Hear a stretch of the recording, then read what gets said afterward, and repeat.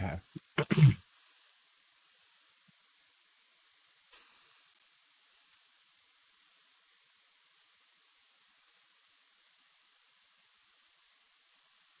Okay. I think we're all good. I think I'm back. Anybody hear me? My power went out, but I'm back.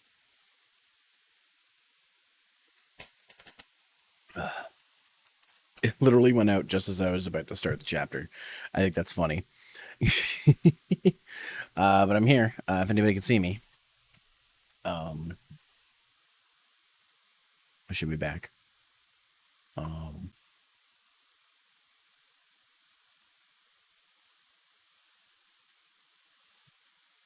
anyone in the chat hear me?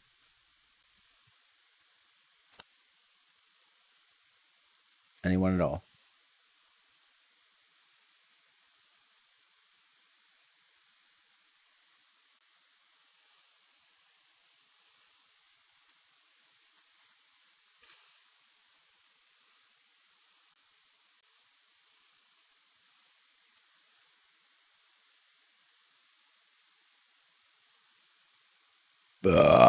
Oh, excuse me.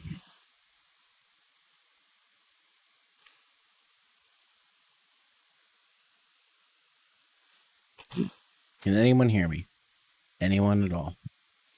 Well, Stream Element says I'm back, so that must mean I'm back. Nightbot's working.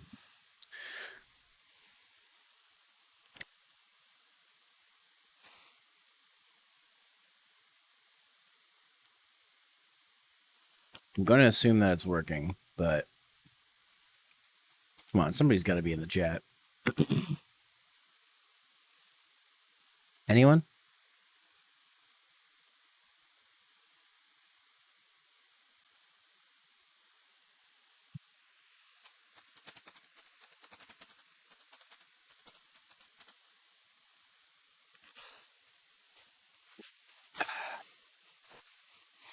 It says that no one's watching, but I know that's not true. There's got to be someone seeing it.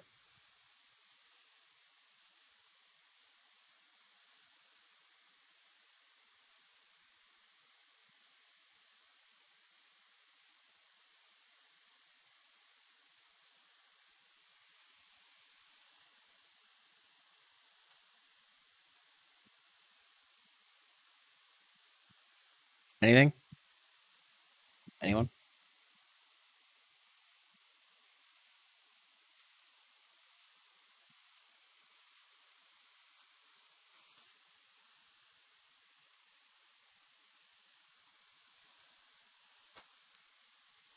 Let me give this a solid 5 minutes. If I don't get a response, I'm just going to go on.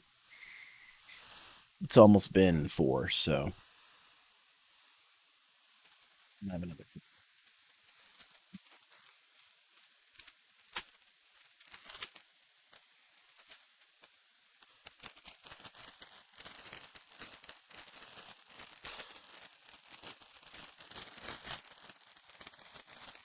Because honestly, it's not been a great day.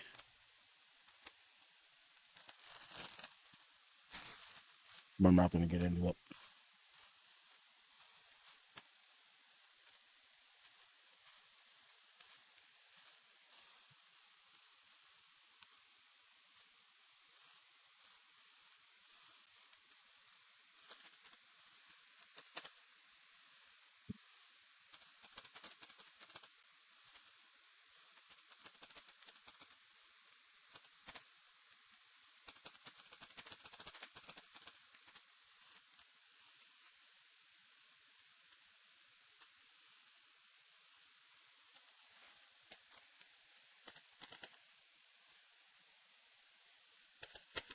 Okay. Well, I'm just going to move on. According to Twitch, I'm live, so.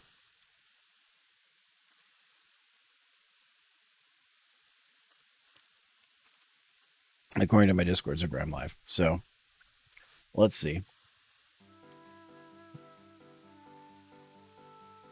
I think I might have made the game audio too low now.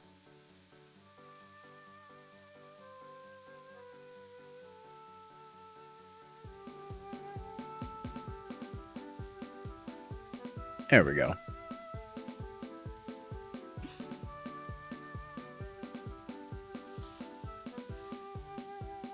The next month speeds by and I'm already back at work. Fantastic.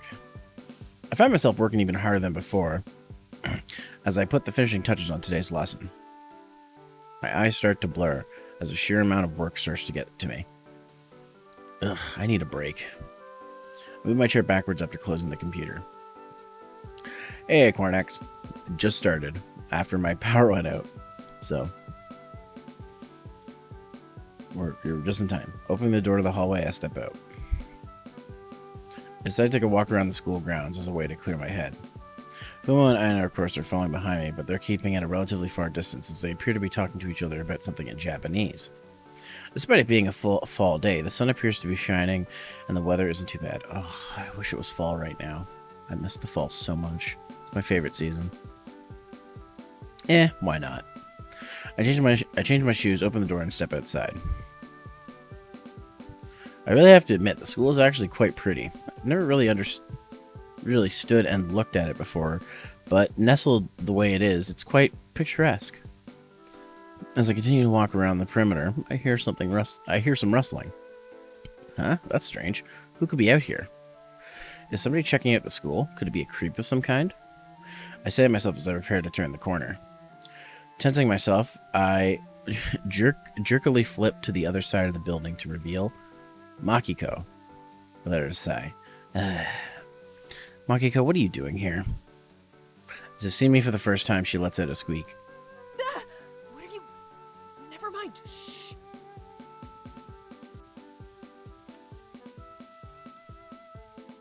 She says she pushes me backwards. I follow her lead and whisper. Why am I shushing? Because we don't want to interrupt. What are we interrupting? Instead of answering me, she merely goes back to peeking around the next corner. Soon I see what she's looking at. Aww. It's a confession. Okay, maybe I do need to change the music back. Down a bit. There we go. Oh. Even without speaking the language, it's completely obvious what's going on. Of course, I instantly recognize the girl as I, even if it's just from the back of her head. I feel like I'm intruding on something personal that I really shouldn't be here for, but I can't seem to look away. As she hands the boy a letter, she says a few things in Japanese that I can't comprehend.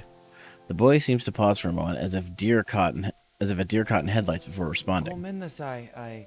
友達として好きなだけ。 Whatever the boy said, it doesn't seem to go over well as the girl goes quiet and puts her head down, pulling the letter back. そうですか。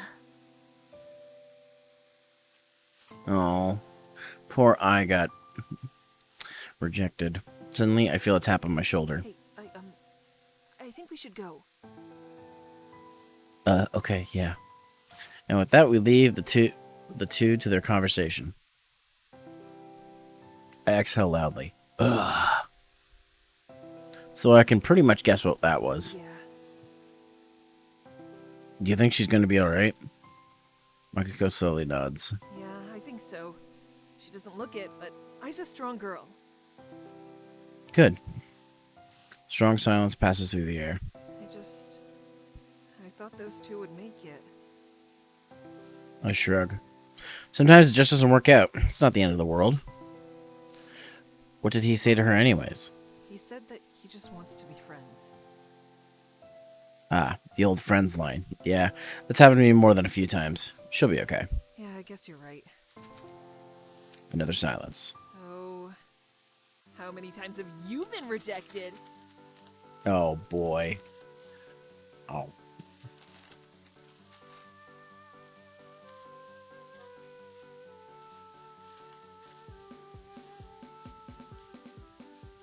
I just say I love how quick she flipped from depressed to, so how many times have you been rejected? Fuck.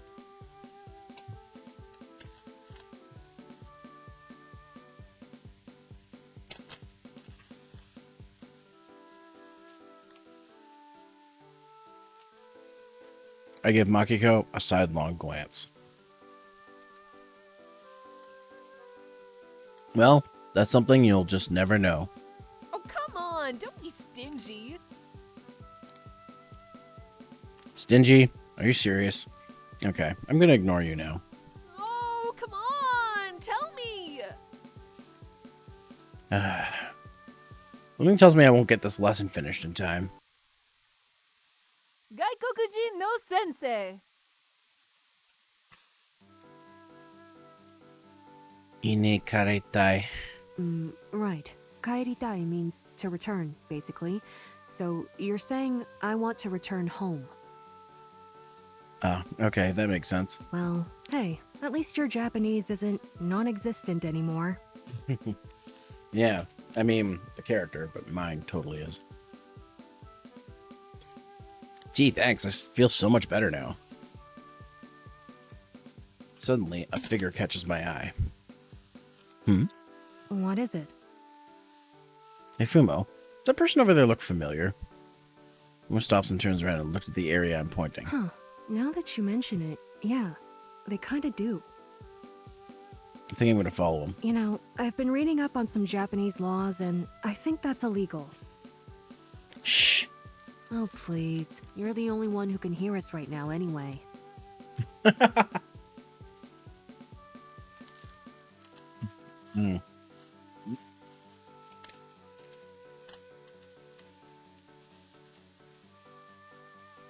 Sorry, I stuffed my face full of cookie. This will be the last time, I promise.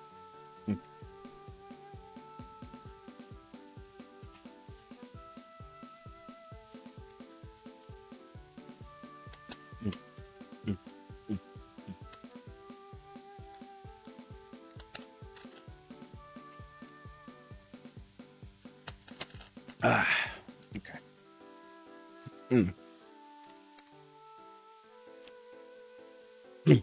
I, at this point, has noticed that our conversation has drifted away from Japanese and gone into something else. What the? Fumo quickly translates. So they move towards the person and follow towards the store without anyone seeming to notice. I glance up the name of the store. Animation? Ha! Animation? I get it. It seems like it's a store filled with plastic dolls. I think they're figurines. Or figures. I open the door and walk inside as I begin to look around. Along the walls, they seem to have dozens, if not hundreds, of figures lined up.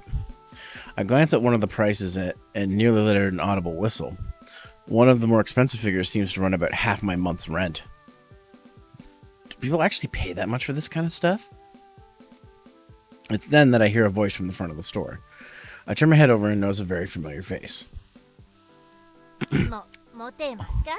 Oh my god, she's an otaku. And how long was she planning on hiding this from us? Well, time to find out how the sassy girl is going to explain this one. Hai hai, kyou dake? And there is our game programmer, Mr. Bomb Popular, doing some voice lines. すごいよね。はい、どうぞ。どうぞ。綺麗な。Dozo is one of those words that I like to say with a serious Japanese voice, like dozo and like yokuzo. The man hands the person, that I assume is female, a bag, placing the figure inside. She hands him some money and then nods. ありがとう。はいはい、じゃあね。 Johnny! I now see that the person is wearing a hat as well as a trench coat, all as if to hide their identity. She places the figure in a bag and after stepping outside removes her hat and coat. Seriously, bro? It says my name out loud.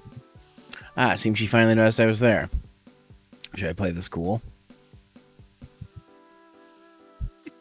Oh, this is too good. I love this. Yes. Yes, yes, yes, yes. Oh, God. Oh, God. I'm so ready. begin to laugh as I look at Kotone. My god, this is too perfect. See Kotone's cheeks turn bright red. What's perfect? You're acting like you're doing some super shady by buying a figure. It's pretty funny. Shh! Be quiet! You're trying to hide the fact that you like cartoons or something? It seems to drop in an irritated expression at this. It's called anime, you jerk. I put up my hands as if in self-defense. Whoa, sorry, anime. The show is actually really popular right now, so it's hard to get some of the figures. I had to special order this one. I can see why. It looks very well made. Nay nods at some excitement in her voice. Oh yeah, it's a special edition. They only made 300 of her. 300? Wow.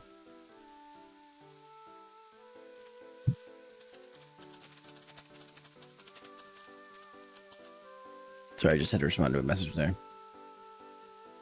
Well, I think it's cool that you're into a hobby that much. I really don't have anything like that. You don't have a hobby?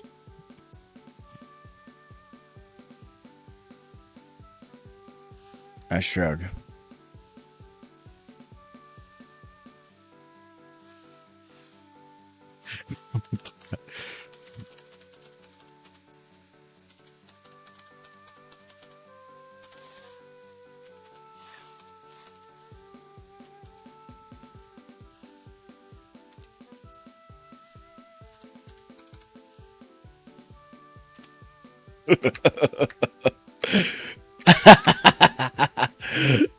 Hi, Paris.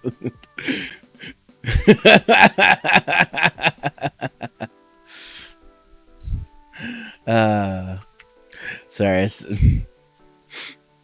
I sent a pun to Kurama, and she was just like, she gave me just like a no. It was great. I shrug. Not really. Kotone chuckles. Not gonna lie, that sounds really boring. Yeah, it kind of is. Well, tell you what, if you ever want to check out this show, let me know. Hi. I see. Yeah.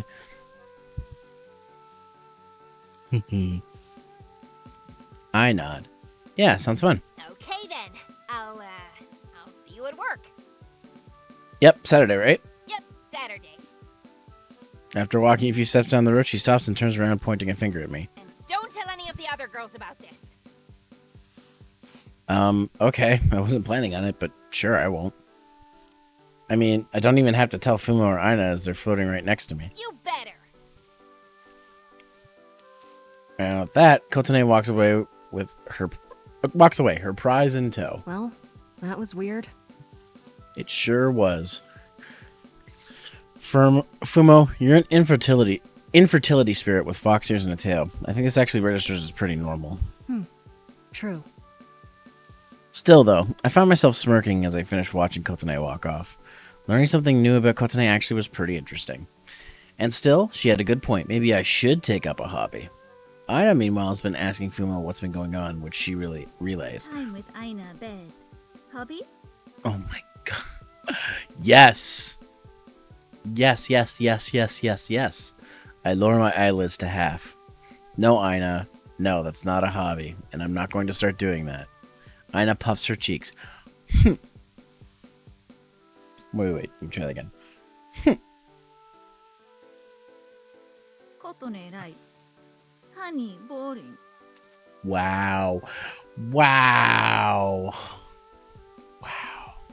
I'm being called out. I nod.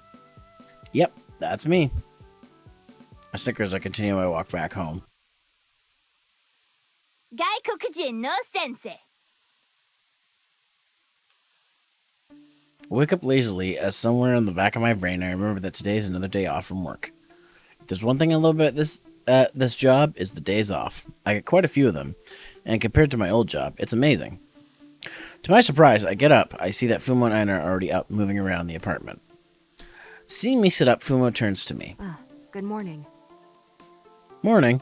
What are you two doing up so early? Well, today's the first day of the new year. I give her a confused look. Right. And? She looks back at me, equally confused for a moment. Oh, right. You wouldn't know. The first day of the new year is a day of recharge for us spirits. Normally, we merely go to a specific place in the spirit world. However, if we're in the human world, we need to recharge at a shrine. Ah, so we gotta go to a shrine. Oh, so basically like a pilgrimage. Fumo nods. Right, you could say that. So I assume that means I'm going to be following you on this pilgrimage then? Fumo stops for a moment. Actually, that's something I needed to talk to you about. Yeah? Fumo takes a breath before continuing. On this one day, every spirit that's in the physical plane in Japan has to go through this. However, it's also the one day when all contracts are placed on kind of a hold. So, short version, until midnight tonight, we're not attached to you. We can go anywhere we'd like until then. You can stay here or go anywhere you'd like, but come 12 tonight, the contract is back on. Oh. Look back at Fumo in surprise.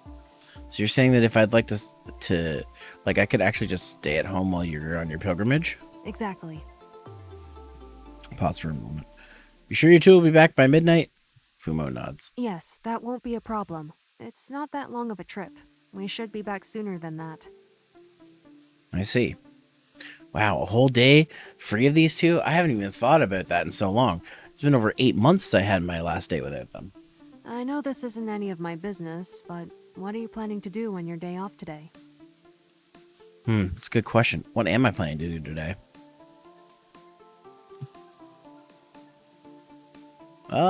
You know what? I think this is the one we need to pick. I've been given pretty reprieve. I don't even know what I'd do with myself. Have any plans today? Not really. So, I have a question. Can humans go to the spiritual refresh thing? Fumo opens her eyes wide in shock. Huh? I mean, yes, that shouldn't be a problem, but you did just hear me, right? About the whole, you don't have to come with us today thing? Yeah, I heard you. I just have nothing else to do today, and I thought it might be interesting. I haven't been doing her best to listen in our conversation. It's obvious Aina's only been able to pick a few words. ねえねえももちゃん、あなたは何について話してますか？ Fumo, still a bit confused, turns to Aina and translates. As soon as she does, Aina's eyes light up. She floats over to me with a large smile on her face, stopping less than a foot away. はいはい、honey come. Turn to Fumo. I think Aina wants me to come along. Gee, what gave it away? I think the part where she said, "Honey, come." Honey, come. Come.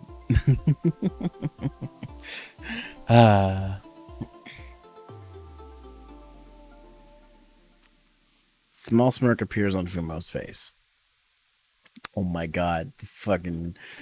Yeah. I love that, Paris. That's a great emote. You are so weird. So glad you noticed. Either way, it looks like I'm coming. Fumo lets out an exasperated sigh. Fine. If you want to come so badly, go get your stuff together.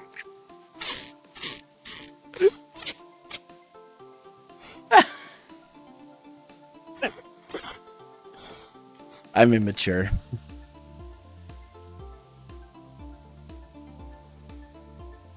Gotcha.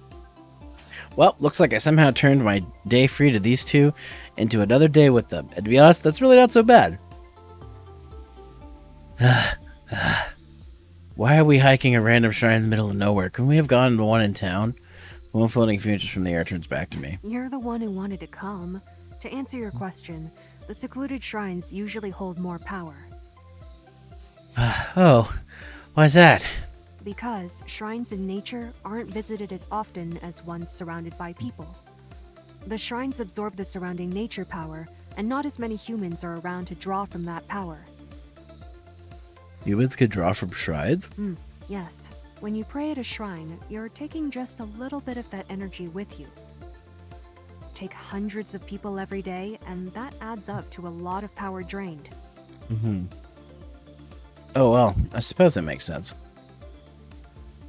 Aina, meanwhile, has been doing her best to float near me, trying to listen in. But of course, this English is far too advanced for her, so she merely pokes Fumo, asking her what we're talking about.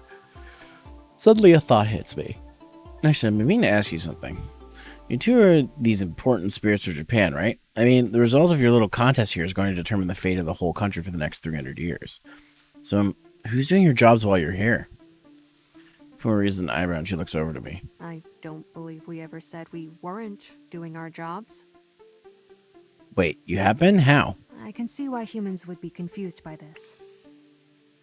She points to her head. Unlike the human brain, we can process multiple things at once.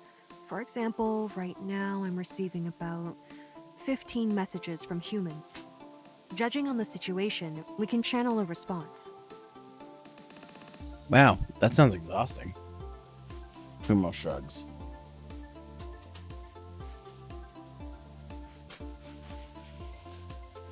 Try to get comfortable here in a second. Oh.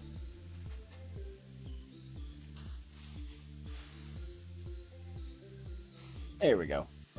I'm used to it. Okay, then give me an example. Fumo stops walking and lets out a sigh. Fine. Let's see.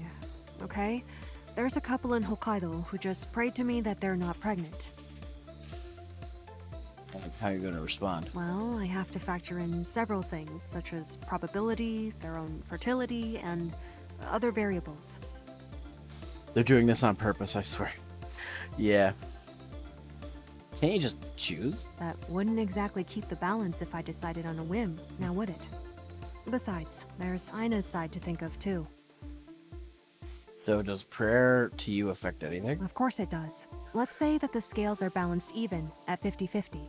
They pray to me, I can choose to tilt it in my favor. They pray to her, the opposite. So, where does this couple lay? 40-60, in favor of Aina. Ouch. Well, that seems unfair. Fumo shrugs. You ever just ask Aina? Why? I mean, to change it? Why would I? I guess that makes sense. She probably deals with thousands upon thousands of people per day. Why would a single person's fate affect her? See my face, Fumo lets it aside, then says something in Japanese to Aina. 本当？はい、OK。 Fumo turns back to me and gives me a There you shrug. go. Now they won't be. Seriously? That's it? What? Were you expecting something big? I mean, I guess not. Fumo sighs. Come on, we need to keep walking. Jeez, it never occurred to me that these two were doing their jobs all this time. I guess after doing it for so many thousands of years, it just becomes second nature, but... Still, it must be absolutely exhausting. As Fumo continues up the hill, I move over to Aina. Hey, Aina, thanks. Hearing this, she gives me a broad smile. いいですよ、ハニー。 Floats around me in a circle a few times before floating on ahead. It's so strange. The more I talk to Aina, it almost seems the more childish she gets. However, I have to say, this version of Aina is oddly charming in a way. Finally, after what seems like several hours, when it's only closer to 1, we arrive at the shrine. The shrine is at the top of a large hill, and to be honest, it's seen better days. It looks a bit overrun by weeds, which crunch under my feet due to the cold. As we reach the top, Fumo turns to me. Okay, so from here, only one of us can go in at a time. And unfortunately, you can't come in. Oh, well, okay, I understand that. So just wait out here with whoever is it inside. That's fine. So who's going inside first? Right. That'll be... You know what? I'm gonna save. Just in case. I'm gonna call this one Who's on First? Yes, baseball lingo. Me. I need less energy than her, so I'll go first. Alright, okay, that makes sense. Oh, turns to Aina, Aina. stay. Fumo points a finger down. I go. gestures to herself and then to the shrine. Aina nods empathetically and puts up a mock 了 salute. 解ふもちゃん With an eye roll, Fumo heads off towards the shrine, leaving the two of us behind. Huh, well, this is awkward. As soon as she's sure that Fumo is out of range, she turns to me. Hi honey how are you I fingered in my temple as if doing this will help the Japanese come back better. Genki desu, demo samui. honey cold I want She holds out her arms towards me, inviting me in. I raise my eyebrow. Aina puts down her arms and giggles. joke is joke He's a joke. Right.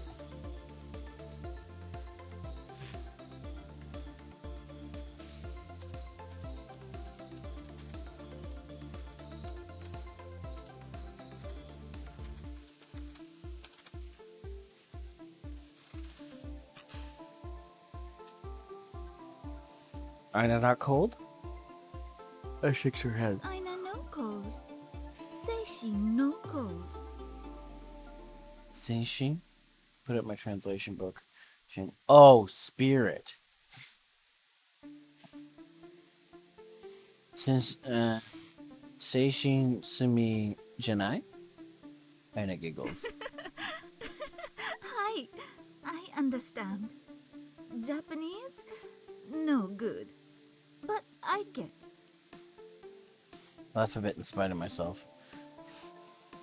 Nihongo wa muzakashi desu ne. そうです English hard Sorry. Aina's ears twitch as she tilts her head to me. why sorry Nihongo ha totemo warui desu. A warm smile appears on Aina's face. She comes over and takes my hand in hers. そんなことよりあなたが素敵な人であることが大事ですもちろん私が何を言ってるのかわからないと思いますがそれでいいのです She says this complete stretch of complicated Japanese. I look at her confused. What? Wakarimasen. Aina merely giggles, That's okay then proceeds to let go of my hand. Aina moves back and puts her hand behind her back as she smiles. There's still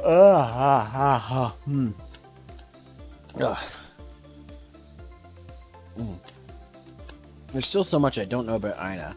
I only just now found out that she's even still doing her job. I can't imagine having to do an entire job in the back of my head 24/7 while living my life as well. I suppose now is a good time to ask some questions. Hey, Aina. She looks over to me. I pull out my book and look up some things. Okay.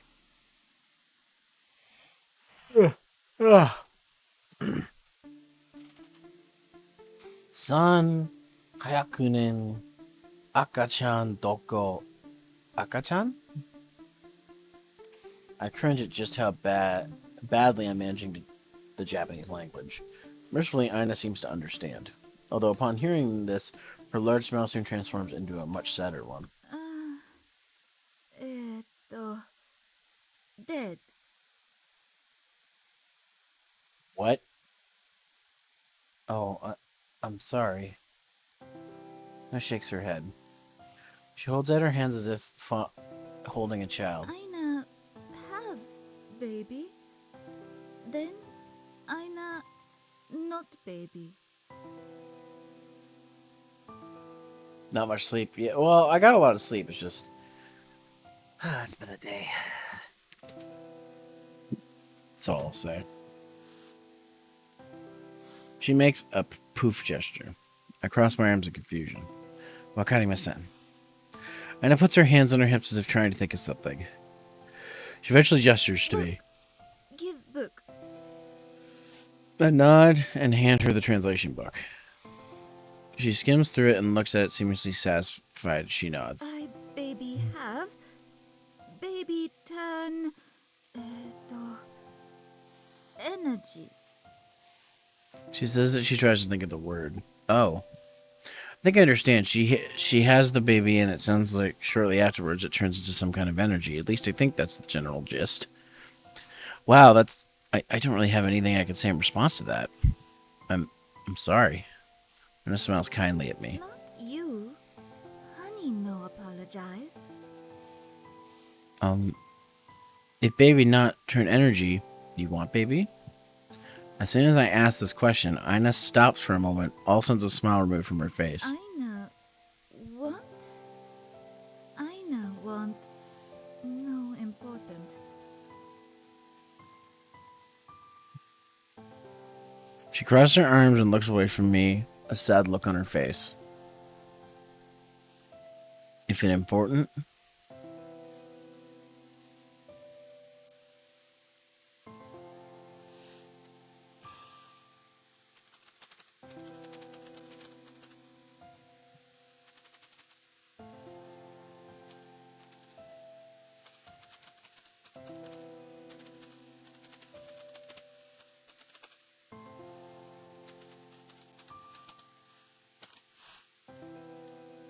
Important. For the first time in a long while, all sense of wonder and joy seems to leave Ida's expression. Instead, it's replaced with one of exhaustion and melancholy. I'm tired. Now? I ask, slightly confused. Aina shakes her head. No. No, now. Oh. I say in understanding. Everyone, Aina. Baby. Baby important. Not Aina. It's so bad, Aina important? Her face seems to contort in a look of distraught as the words get louder and louder. Before I realize what I'm doing, I make my way over closer to Aina. I'm so tired. At this point, I can see tears start to form in the corner of her eyes. It's obvious she's trying to hold them back. Taking one more step forward, I open my arms and enfold Aina in them. My arms easily overtake her. This catches Aina off guard completely as she stops talking. It's okay, Aina. Ii desu yo. Aww. I'm so sad. I can hear a small sniff come from Aina, followed by a silence. Arigato. After a few moments pass, I go to move my arms. Arigato. She says suddenly. Little more. Okay? She asks so quietly, I barely hear it. Just little. With her voice sounding so frail, I honestly can't turn her down. Yeah, that's okay. And for just a few moments, the two of us merely stand there as I do my best to comfort Aina. ありがとう。あなたはとっても優しい。 Damn it, why did this game have to get heavy? Moment seemingly lost in time finally ends and she releases me. As she does, her normal chipper face is back on. はい、ありがとう。今はとっても元気。 He then moves off of me and gives me a big smile.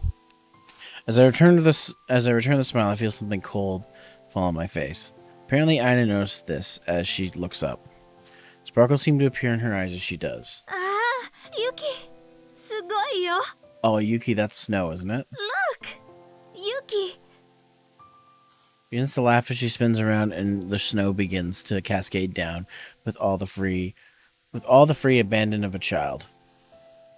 Looking at her, it reminds me of that time at the retreat when I saw her spinning around without a care in the world. Even back then, she had told me just how busy she had told me how busy she always was, and at the time I didn't quite understand it, but I think I do a little better now.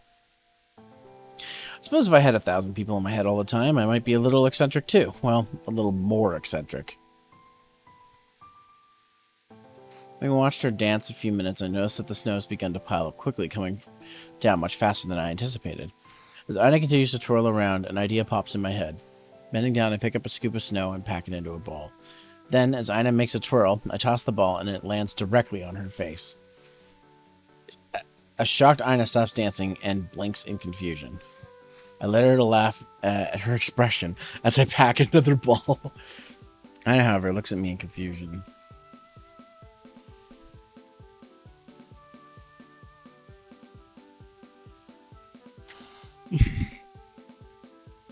Aina, however, looks at me Oh, okay. Why you hit Aina? I let her another small laugh. It fun. Game? For emphasis, I take the ball in my hand and throw it up, landing it on my own head. See? Fun. Upon hearing my explanation, a look of joy overtakes Aina's face. なるほど。 She bends down and picks up some snow herself and packs it into a ball and then throws it at me. I look like I attempt to dodge and fail and let the snowball hit me square in the chest. Ah, Aina, good hit. Aina giggles in response. Yes, Aina, good. She puts her hands on her hips in triumph. Okay, then. I reach down and grab some more snow. Packing it together, I throw it again at Aina, who tries to dodge, but her clog-like shoes cause her to trip and get hit directly in the butt.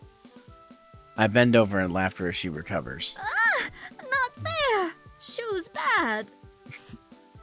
Finishing the statement, she reaches down and throws the shoes off her feet, leaving her barefoot. Now you know hit Aina.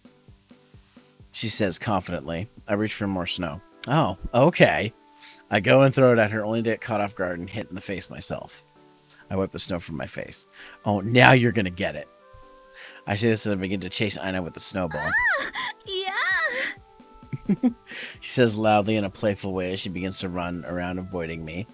Over the next few minutes, the two of us throw snowballs at each other, several missing but more hitting. For every one she hits me with, I hit her right back. I lose track of the time as the first time quite a while I actually just allow myself to have fun. Pure, childlike fun. Soon, though, the physicality of my body takes over as I begin to get worn out. Bend over and start to pant. Aina, snowball in hand, looks over to me. Honey, okay? Put up a hand. Yeah, I'm okay. Tired. Okay. We rest. She drops her snowball and gestures for me to follow her over to a stone bench. She brushes off the snow and sits down. Aina looks up to me and points to her lap. You head here. I glance from her lap back to my face. Should I put my head on her lap? Yes, yes, yes, yes, yes, yes, yes. There's a soft chuckle. No, really, I'm okay. Aina shakes her head. No, here. She points to her lap, a slight bit of irritation shining through. I look over at her sitting there awkwardly, her offering me a place to lay on her lap. I let her sigh. She's not going to let this go, is she? Fine, fine. I take 2 steps over towards Aina and lay down on a bench, placing my head on her lap. Aina lets out a satisfied smile as she places my head directly on her thighs. Nice. Aww, it's so cute. It does feel a bit nice, but also strange at the same time. I can feel the soft thighs between and beneath my head, and at the same time, the warmth isn't there, as if it were a pillow. Good. I say, not wanting to confuse her, trying to explain this strange sensation. As I lay there, I watch the snow falling down. It cascades down around us. As I look up, kindly smiling, at the kindly smiling, at the kindly smiling Aina. Ne, honey. Hmm? I head okay. Turn my head slightly to see her hand raised up. I nearly laugh at the request, but I think it's better. I think better of it. Yeah, okay. Aina smile widens slightly as she places her hand upon my head and begins to rub it gently as a mother would. The sensation is soft, so nice. It actually causes me to feel a bit drowsy. This nice. Aina giggles gently. Arigato. It's not hard to see that Aina is a spirit of fertility. Laying there as I am, I can feel the motherly energy radiate off her. A few minutes of silence goes back as she continues to stroke my head. Eventually, it's broken by Aina. Ne, honey. Her voice seems to be filled with a bit more trepidation and shaky this time. Yeah? This Aina. Good? Yeah. Nice. なるほど。 The tone in her voice sounds a little strange, but I do my best to ignore it, allowing her to continue stroking my head. Without even thinking about it, I soon find myself drifting off to sleep. Aww. Well, I can't really believe it myself, but my first year of teaching finally arrived. To be honest, despite me not knowing what I was doing for a good portion of the year, can't say it was exactly boring. And again, I think that a certain two spirits might have had a large hand in that. Everyone applauds as the third years all go up to receive their diplomas for completing junior high. I gently applaud as they all receive theirs, but I find myself applauding a little louder as I see I go up to receive hers. She, of course, is red as a beet, and I can hear Makiko cheering loudly near me, which causes me to smile a bit. Of course, Fumo and Aina had no idea what was going on today, so I had to explain what this event was for. Luckily, they seemed to catch up pretty quick, and currently standing in the corner not too far away from me. I went over to Makiko and whispered, "I'm really proud of Ai." Makiko nods. Yeah, she's a really good kid. I'm gonna miss her. Well, that's the price you pay when you work in a middle school, right? Makiko lets out a small laugh. Yeah, guess so. I let out a deep sigh. Well, it's the end of the school year. Oh, you're done? Yep, that's it. Until April, I think. I get a few weeks. I know that. Fumo pauses for a moment. Will we be back before, you know? I go quiet as I realize what she's insinuating. Well, you guys showed up on my first day here, and this time around that day falls on a weekend, so, Fumo seems to catch my meaning. Ah, I see. She turns back to the school and bows. Then, thank you, school, for the memories. I don't know what it was, but for some reason the way she said that kind of breaks my heart a bit. Well, shall we go home? You got a refractor shard. Hey, Nightman, thanks for the bits. 39 cheered. X3, is this the end? Might be the end of the first route. Yeah, we might be getting to the end. Yeah, sure. I managed to get out as Aina and Fumo take one last look at the school before the three of us head home. Gaikokujin no Sensei. This is the end for you, my friend.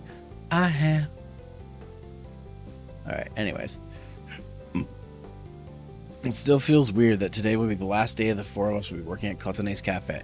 We've been doing it for so many months, it feels like it's just a part of our weekly schedule.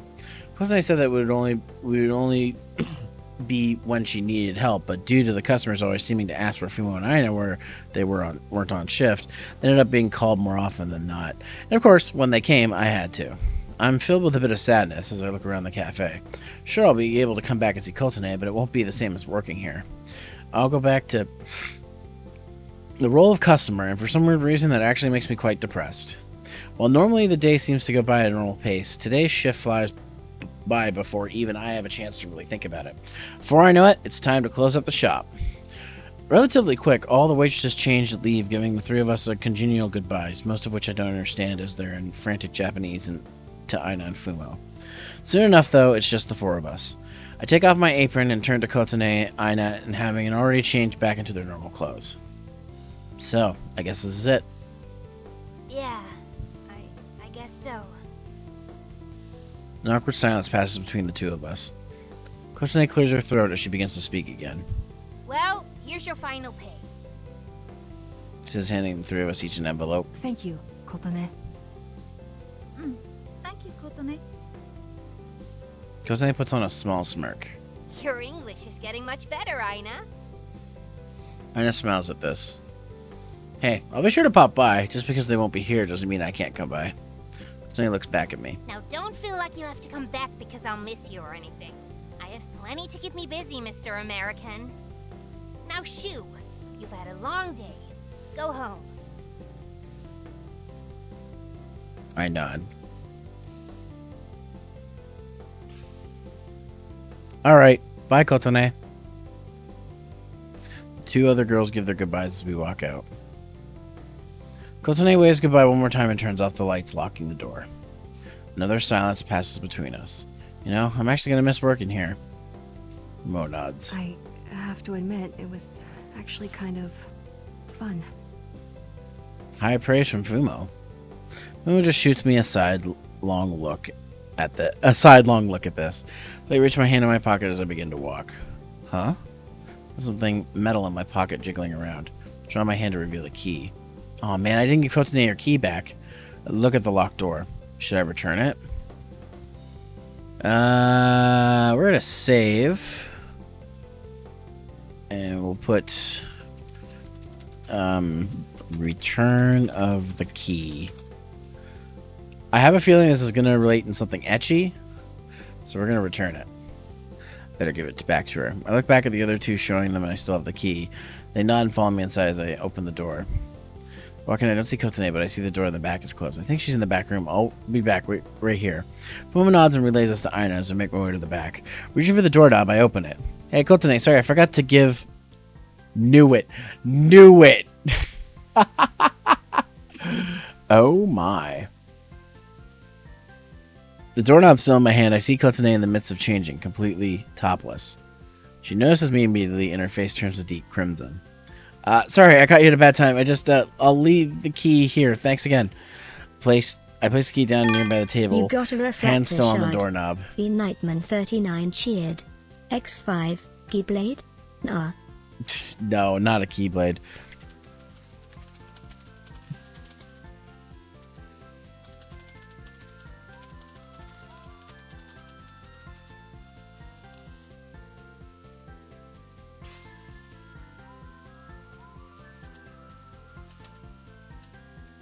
Okay.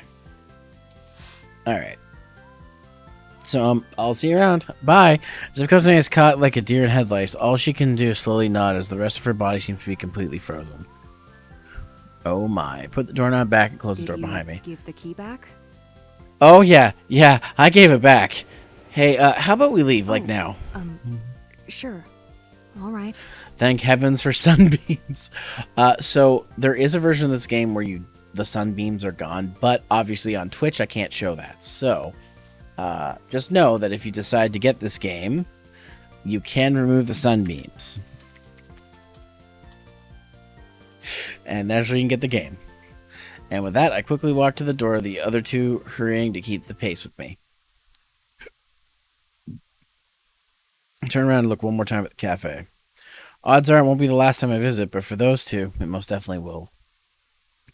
Gaikokujin, You no got a Sensei. refractor shard. Thanks, The Nightman. Nightman 39 cheered.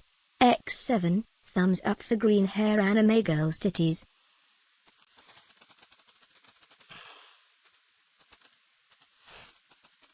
Thanks, Nightman. Exactly.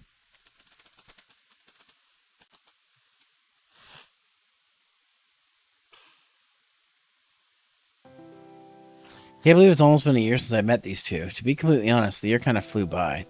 I'm not sure why that is, but with these two, every day felt more like a weird adventure than work. I glanced at the calendar. Tomorrow's the day. I've never dreaded it being tomorrow more than I am right now. Bus ride over to the shrine where I first met them is a quiet one. It's hard to believe that it was a year ago today I met both Aina and Fumo. It's also hard to believe that in a few minutes they'll be gone and I'll never see them again. Especially when it comes to one of them, I feel a deep emptiness in my heart. Sooner than I would like, the bus stops and the three of us step off the bus. The three of us make our way through the forest, the same woods I walked through a year ago. Eventually we find ourselves in a clearing. A sense of deja vu envelops me. Turning my head around, I notice we're the place where I first met Aina, that same strange shrine. Well, we're here. Alright, see you later, Nightman. Take care, buddy. Have fun. Those words break me out of my stupor.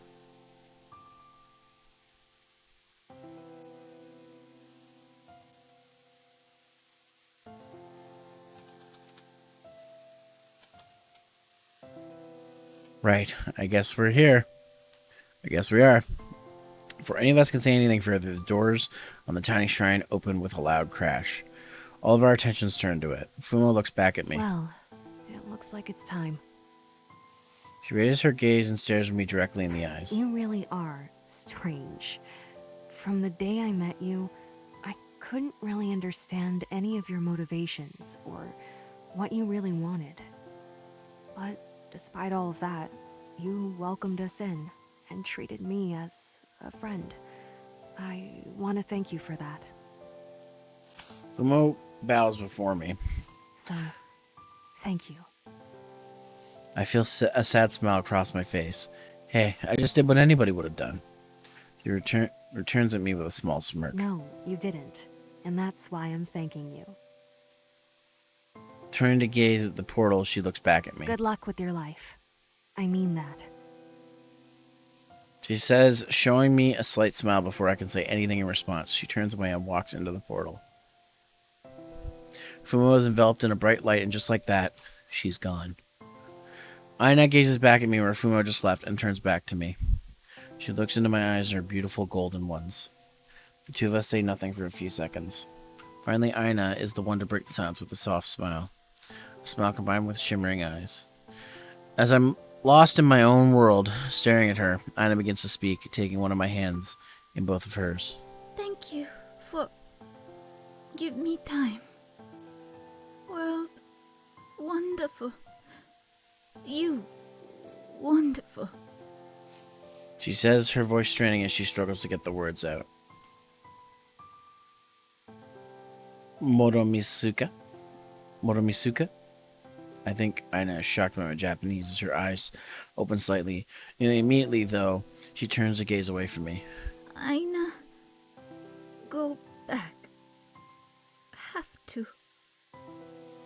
She pauses for a moment before speaking again. Aina's so happy she meet you. Her eyes start to shimmer with held-back tears. You talk to Aina like She struggles to find the words in English. person, not thing. Of course. I try to say something, but Aina keeps talking. You want nothing from Aina, only be friend. But I hurt you. I sorry. I not want to hurt you. I shake my head. Ii desu yo. With some irritation, she lets go of my hand and stamps her foot. いえ、よくないよ。ひどかった。でも、thank you for kindness. With every word Aina says to me, I can feel my heart break just a little bit more. I can't believe just how much she truly has come to care for me and respect me. I would have never imagined a year ago that this would be the same woman I met this exact spot. To my surprise, she then puts her hand back up and offers it to me. Thank you. As I stare at her hand, for some reason, I feel myself unable to take it, as if I were to shake her hand. That would really be the end. She sees my trepidation. I could see her attempt with more urgency to hold back tears, so she began to move her hand back. Before I can even think, my hand reflectively goes out to grab hers. However, instead of giving her a firm handshake, I pull her towards me and envelop her in a tight embrace.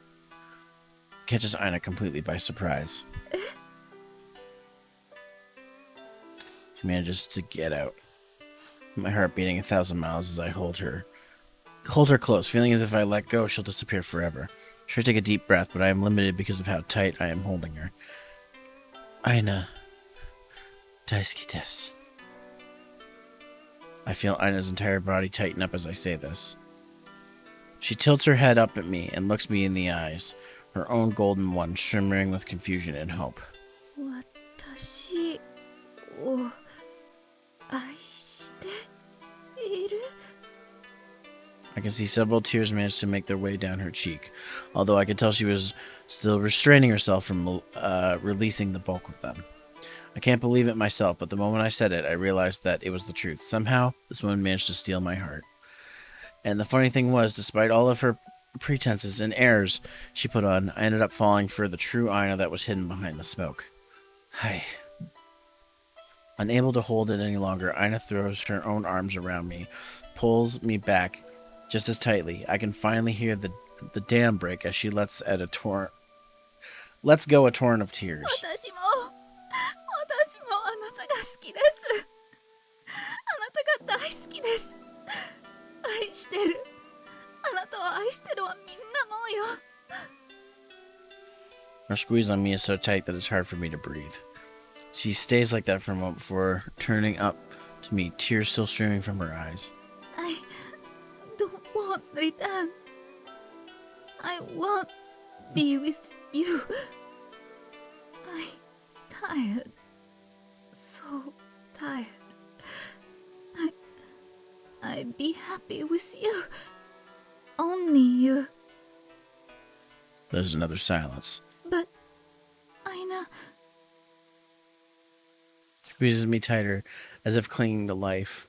Aina have to go back. No. I cut her off. Don't leave. Saranaide. Aina goes silent for a moment, as 1,000 thoughts must be going through her mind at once. It feels as if an eternity passes before she speaks again. You really love Aina so much? You promise stay with me? Always? I feel her begin to shake in my embrace. I hold her tightly as I whisper into her ear. Yakusoku shimasu. Slowly, I feel her stop shaking as she begins to loosen her hold on me. She once again looks at me with shimmering golden eyes. Kiss shite. Aina closes her eyes and puts her lips timidly and cutely. That it almost seems like this is the first time she's doing this. As I place my hand on her shoulders, I feel her jolt slightly. The closer I get, the stronger her scent gets, but it's not normal. It's not the normal scent of when I smell Aina. It's the scent. This one smells more real. Aww. I close my own eyes and cautiously place my lips upon hers. I can feel electricity move through my body into Aina's as our kiss continues. The kiss lingers, but it's not a kiss that is full of hungry passion, but rather one that's entirely filled with love. As the kiss ends, Aina opens her eyes and I see a brightness I have never quite seen before. I stay with you. I want... She chokes back more sobs at her hearing her say the words. I want, as if it was the first time she's allowing herself to say these words. I want to stay with you. Once again, she moves into me and holds me tightly. It's silent for another moment. However, eventually I can hear, ever so quietly, a voice muffled by my chest. Arigatou. Hontoni. Arigatou. God damn it, why is this game making me feel feels? I return the hug in earnest, and looking over my shoulder, I allow myself a small smile as I see a portal vanish without a trace.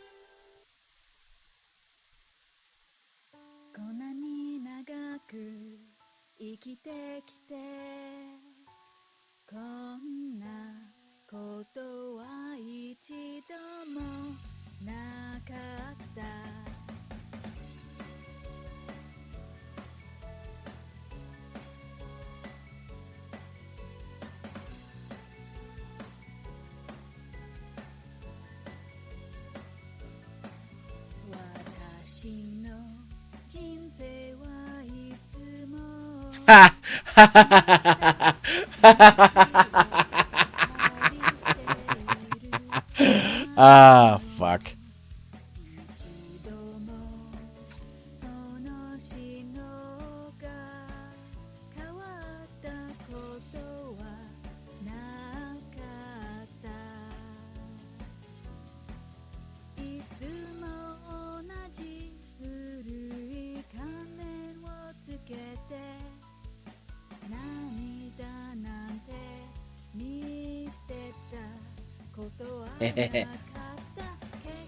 Saw my name there.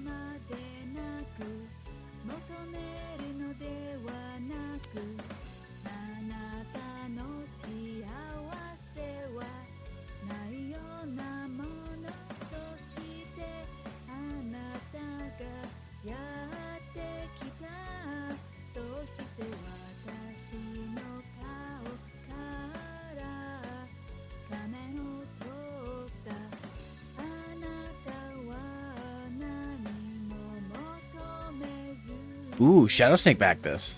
Nice.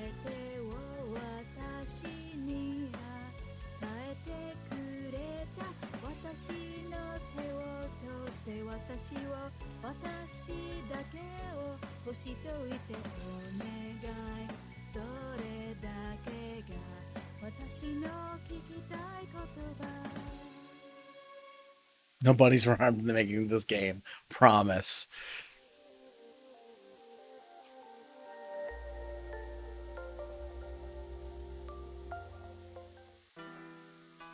"50 years later."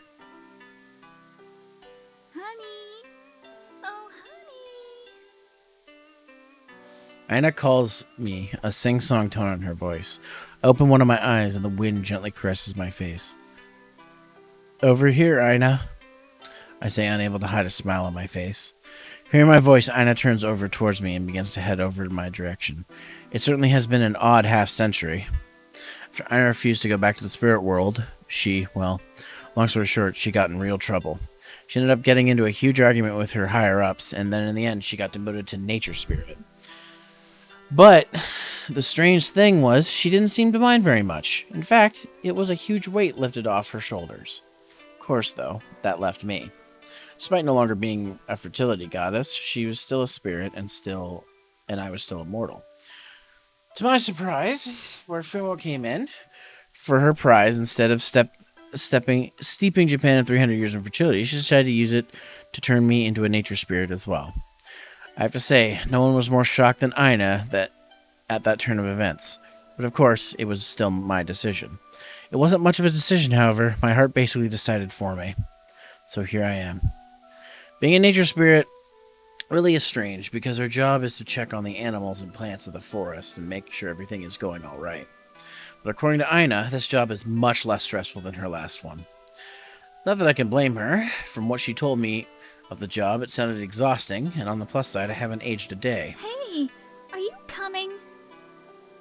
She calls me again, this time obviously a little more miffed, as she places her hands on her hips and puffs out her cheeks. Over the years, I have definitely seen a lot more of Aina's immature side. It was almost as if she never truly allowed herself to have these sort of reactions, and now she can. She's making up for lost time. I don't know, am I? I mean, I could go to the West Forest today, and you could go to the East, I say, sounding serious, while actually I'm teasing the hell out of her. Upon hearing this, Aina floats over to me in a huff. No, you have to stay with me. She quickly loops her arms around mine and begins to pull me along with her. Oh, well, I mean, if you insist. I give off an exaggerated sigh as I allow her to drag me along. Suddenly, as if I realize I should hit her, Aina stops. Slowly, she turns to face me, and a devious smile crosses her face. Oh, I get it. You just wanted me to come get you. You want me to be in charge today, don't you? Try to fight back a blush as she looks directly at me. You are so easy to read. She stops and turns around to face me, letting go of my hand. If you wanted me to lead... Takes her pointing finger and begins to trace it along my chest. all you had to do was ask. She says, moving closer as she presses herself against me. I try to fight back as my blush as I can, as I immediately go beet red. Seeing her victory in hand, Aina decides to go for the kill. Honey, I want a kiss. For even waiting to hear my response, Aina puts her lips together and closes her eyes. I give a small smirk before obliging, bending over to give my wife a deep kiss. Of course, being spirits, we can't exactly go to church and get married, but, well, we kind of did it ourselves. It was something that Aina was more than just a little happy to do. Upon finishing the kiss, I see her smiling as if she looks up at me. A moment later, she pops off me and lands a few feet away as if she has extra energy to burn. So, since you're in charge today, what are we doing? Points finger to her chin. Hey, Nora boy, what's going on? For so many centuries, she had a set purpose, a set future, and for the first time in her existence, she has been able to live her life for herself. I am doing well. I hope you're doing well as well. We're just doing the post-credit scene of this game here. On that day, 50 years ago, I would never have imagined that I would be spending the rest of my existence with Aina. However, now I can't imagine a life without her. Aww. I look back at Aina as she's a beaming smile across her face. She stretches her arms out wide as if to embrace the whole planet in them. How about anything we want? I can't help but feel myself smile back at her, seeing the pure joy in her eyes. Honestly, Aina, that sounds amazing. I can hear Aina lightly giggle at my response with a true happiness I never want to stop seeing her have. The end. Well, that's the end of the Aina route. So now we got to decide which route we're doing next. So first and foremost, let's go ahead and I'm just going to go to the options real quick and just turn the music volume down a little bit while we're deciding this. Okay. Okay, so that's the end of the Aina route.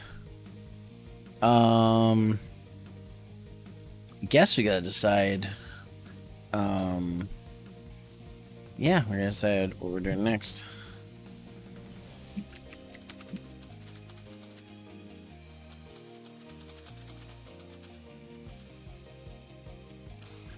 So let's see. Should I do a poll?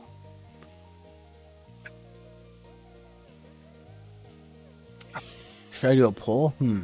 Let's see.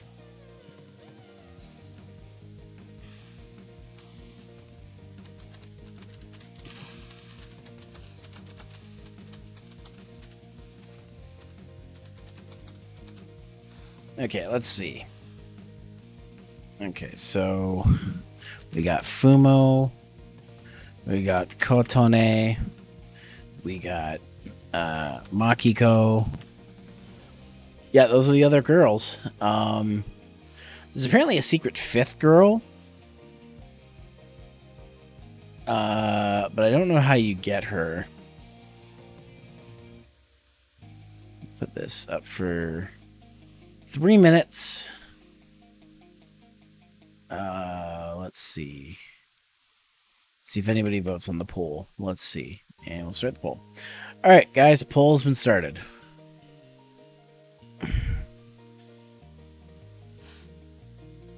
Go for the MILF. That's what I would do. I just did the MILF.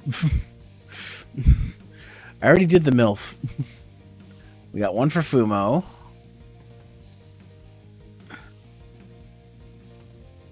We got one for Kotone.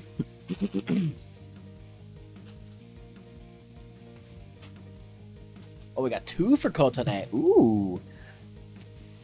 People want to see me go after the feisty one. I mean, I can't complain. I do like Kotone.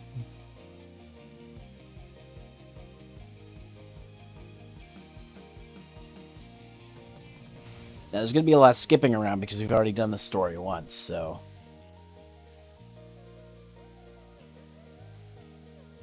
So, we've got 2 votes for Kotone.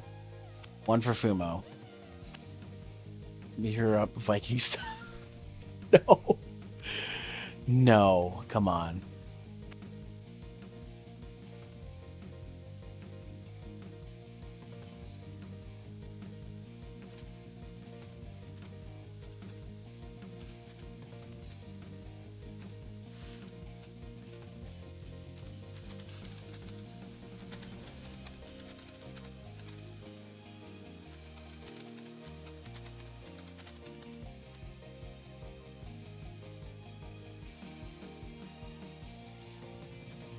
Alright.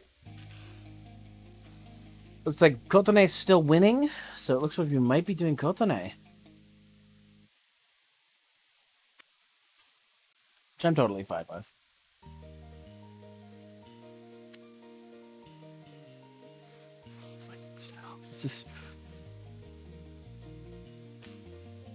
I picked the wrong Aina lap choice.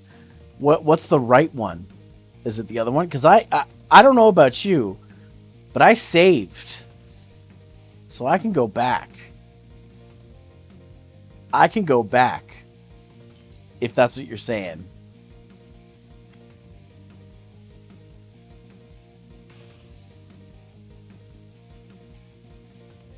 I seem to got a good ending, though.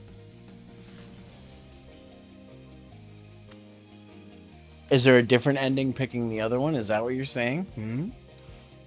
Should I go load my file then? Because I totally can.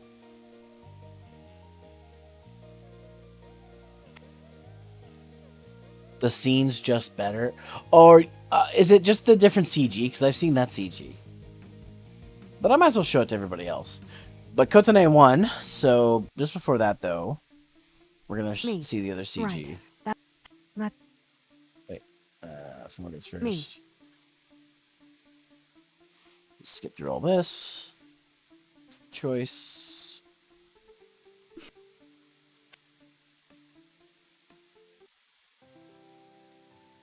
All right. Give book.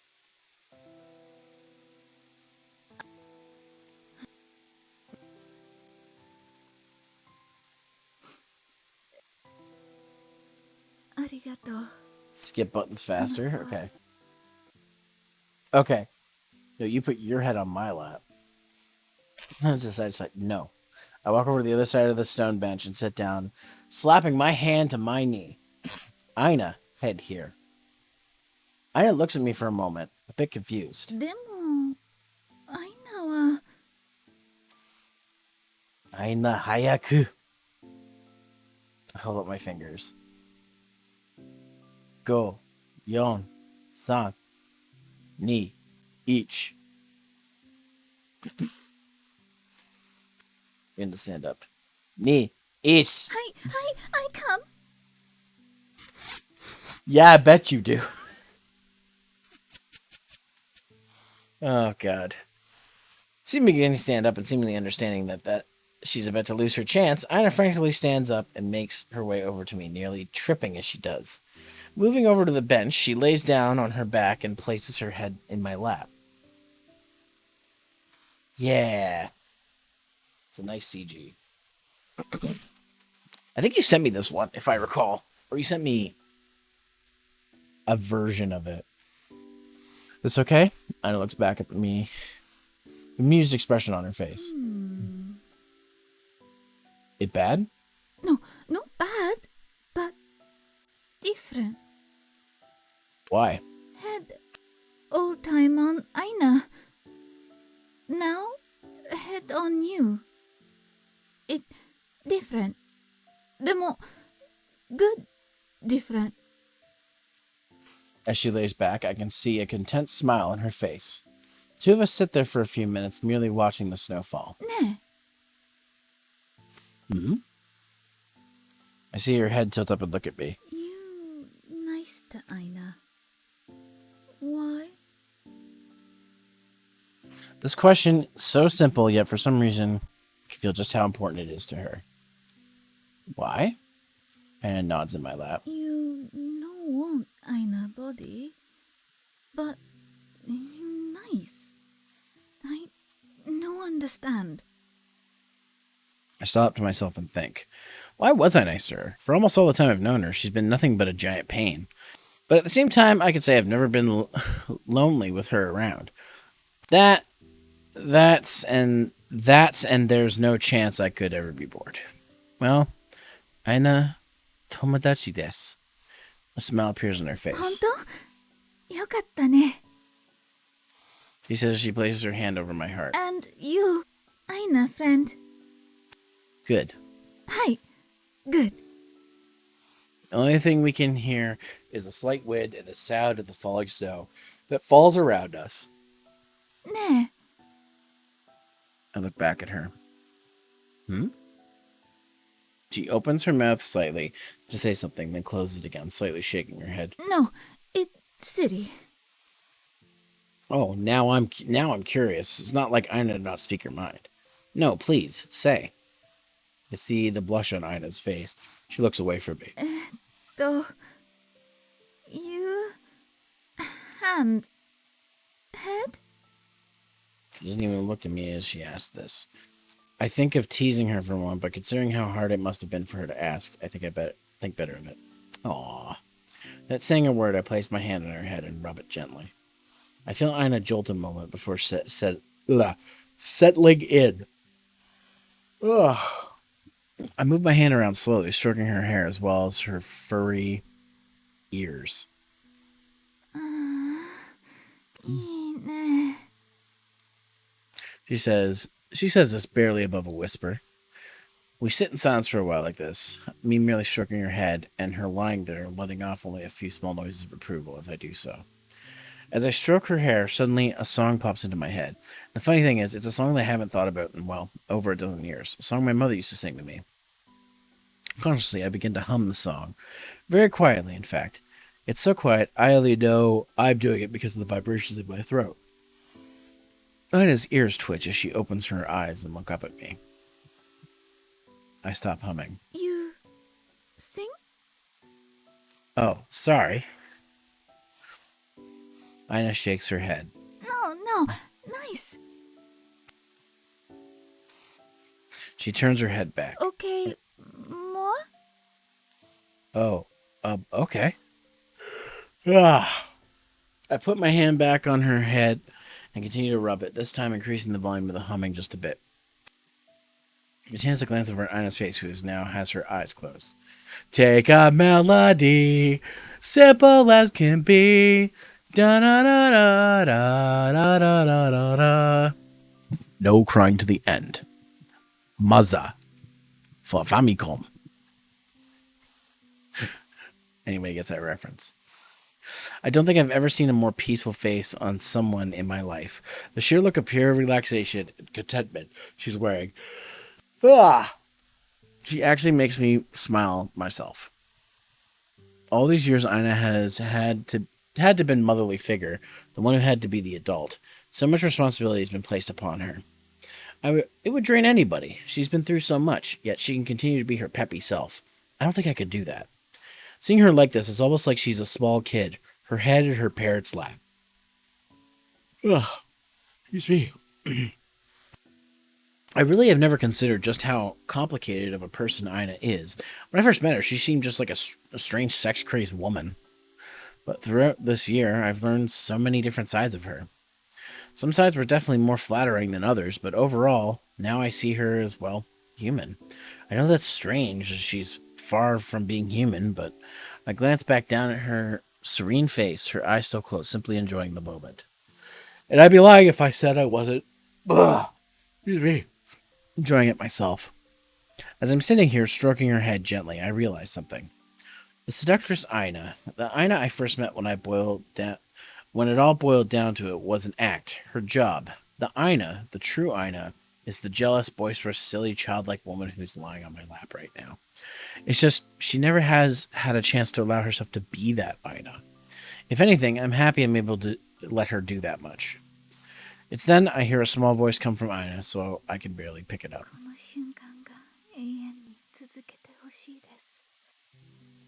Of course, I can't understand it, but I'm not going to ask, as from the tone, it's obviously not a question meant for me. However, even though I can't understand her words, I could feel the quiet desperation behind those words. Oh my goodness. I am so sorry, guys. I don't know why the tired's hitting me. And for some reason, I realized that down to my core, I wish I could give her whatever it is she asked for. Okay, so let's just go ahead and skip all this. Let's try the other option. Nah, I don't want to bother her right now. I'll keep the key. I can always give it back to her later. There might pop it. That's it. Okay, so the ending's no different.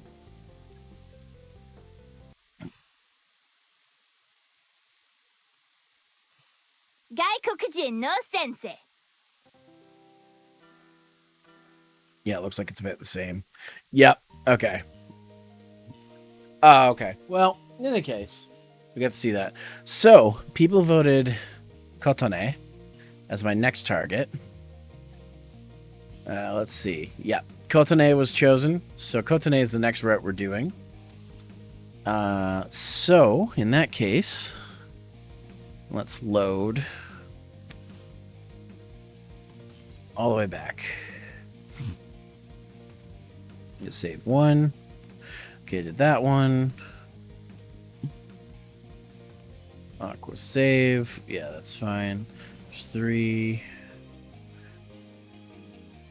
Let's see.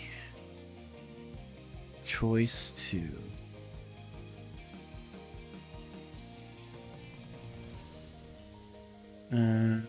Totally lost. Choice 3. Let's see.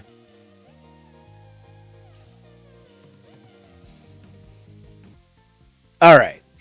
So we're back here. So last time, I think I picked You're Way Too Cool for that. So I need to figure out which one I'm going to pick now. Let's try You're Way Too Cute for that. It's not your nature. You're way too cute for that. It's caused Kotone to freeze in her tracks. Her face turns bright red. Cute? Uh-oh. Did I say the wrong thing? I can't tell what emotion she's about to convey, but I better do some damage control fast. Only someone totally in touch with their cute side would think to make a rabbit cafe. Putting so much effort into it, as well as to love, blood, sweat, and tears. It's not something someone who didn't love what they did would do. The atmosphere and everything is really cute, and I trail off losing my train of thought. I can't bear to make eye contact with her as I give up. Soon, to my surprise, I hear laughing coming from Kotone. You're the one calling me cute? You can't even form it a proper compliment. She says this through tears of laughter. Oh, watching you stumble through that was just beautiful. I scratch my head. Huh? Sorry. Oh, don't be. I haven't had a laugh like that in a while. But I understand what you were trying to say. Thank you. She says with a toothed smile. Tell you what, for that, I feel like you deserve a reward. I'm going to take 20% off your bill. Oh, shit. 20%. You don't have to. She puts up her hand. Don't remember asking you. Say thank you to the cute lady. Thank you, cute lady. Kotone blushes as her eyes open slightly wider. Aw, yeah. That's not what I... She sighs. There's a short silence before a thought brings her back to her senses. The dessert! It must be... She looks around to the floor, finding surely destroyed dessert, only a moment later to find it sitting perfectly fine on the table. That's strange. How did... I think these are probably all the same, so I can go through this. Let's see. Don't know a lot about Japan. Yeah? She asks as she begins to take the plates away. I was actually wondering, I really don't know a lot about the culture of this country. I put my hand behind my head. You know, like tipping and stuff like that. I was wondering if I had questions I could possibly call you. I asked the final words trailing off as I finished my question. At first, she looks a bit me dumbfounded as her eyes open slightly larger. After a few seconds, though, she smirks, closes her eyes, and sighs. You would be completely lost without me, wouldn't you? You're like a little lost bunny. I can't help but feel bad for you. Tanae pulls out the business card from her apron. On it, she writes something with a pen and holds it towards me. As I go to reach for it, she pulls it back. And what do we say? She says, her snaggletooth somehow more pronounced as she asks this. I think for a moment. You're amazing? I finally come out with it. She puts a finger to her chin. Well, I mean, thank you, but I'll accept that. She hands me a card, and after looking over it, I could see her cell number written on it. Feel free to call if you mess up something, or if you have any questions about our little country here, which I'm sure you will. With that, she picks the dishes back up and heads back to the kitchen. Picking up the excess bags, I grab everything and move head out the door. Both Fumo and Aina follow behind me. もう透明なんて嫌だ。この村で一緒に歩く姿をみんなに見せたいの。I immediately glance at Fumo. Fumo sighs. She says that she's tired of being invisible. Oh, this shit. Alright, so I can skip all this. Yeah. Oops, wow. I have to know. Okay.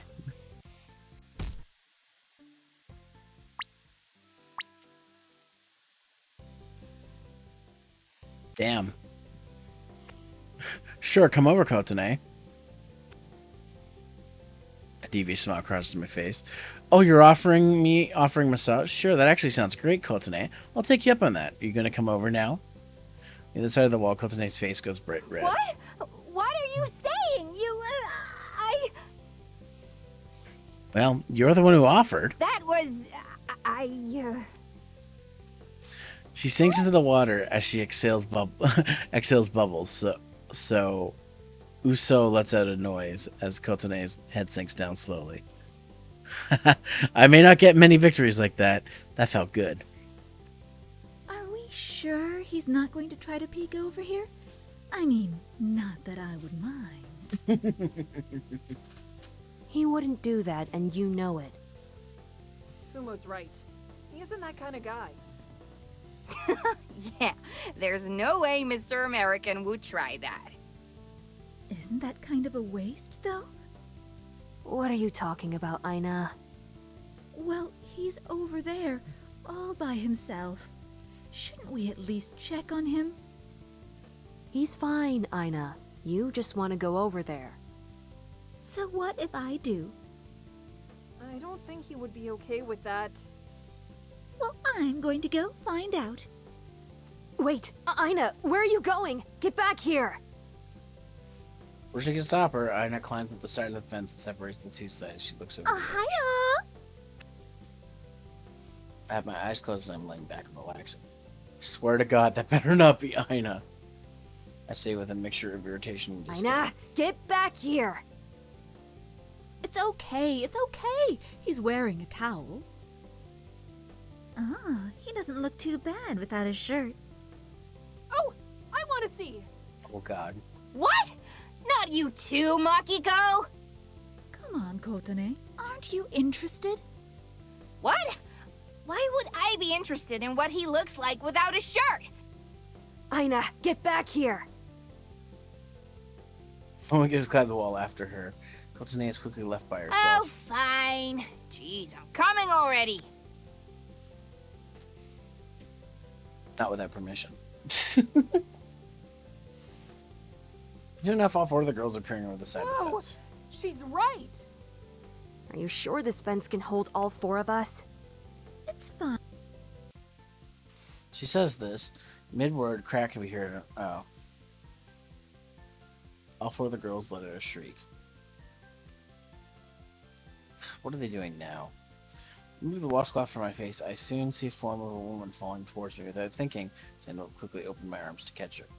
It lands on my arms, I nearly fall over under the sudden weight. It's a moment shocks, but I soon realize my arms I'm holding. Oh. Kotone. Kotone. Of course, she's not wearing anything. After catching a quick glimpse of her, I immediately shut my eyes. Kotone, you okay? Huh? What happened? Finally, the situation seems to... Ah! What are you doing? Put me down, you idiot! And don't look! Not looking. That's why I have my eyes closed. Better not be. Ah!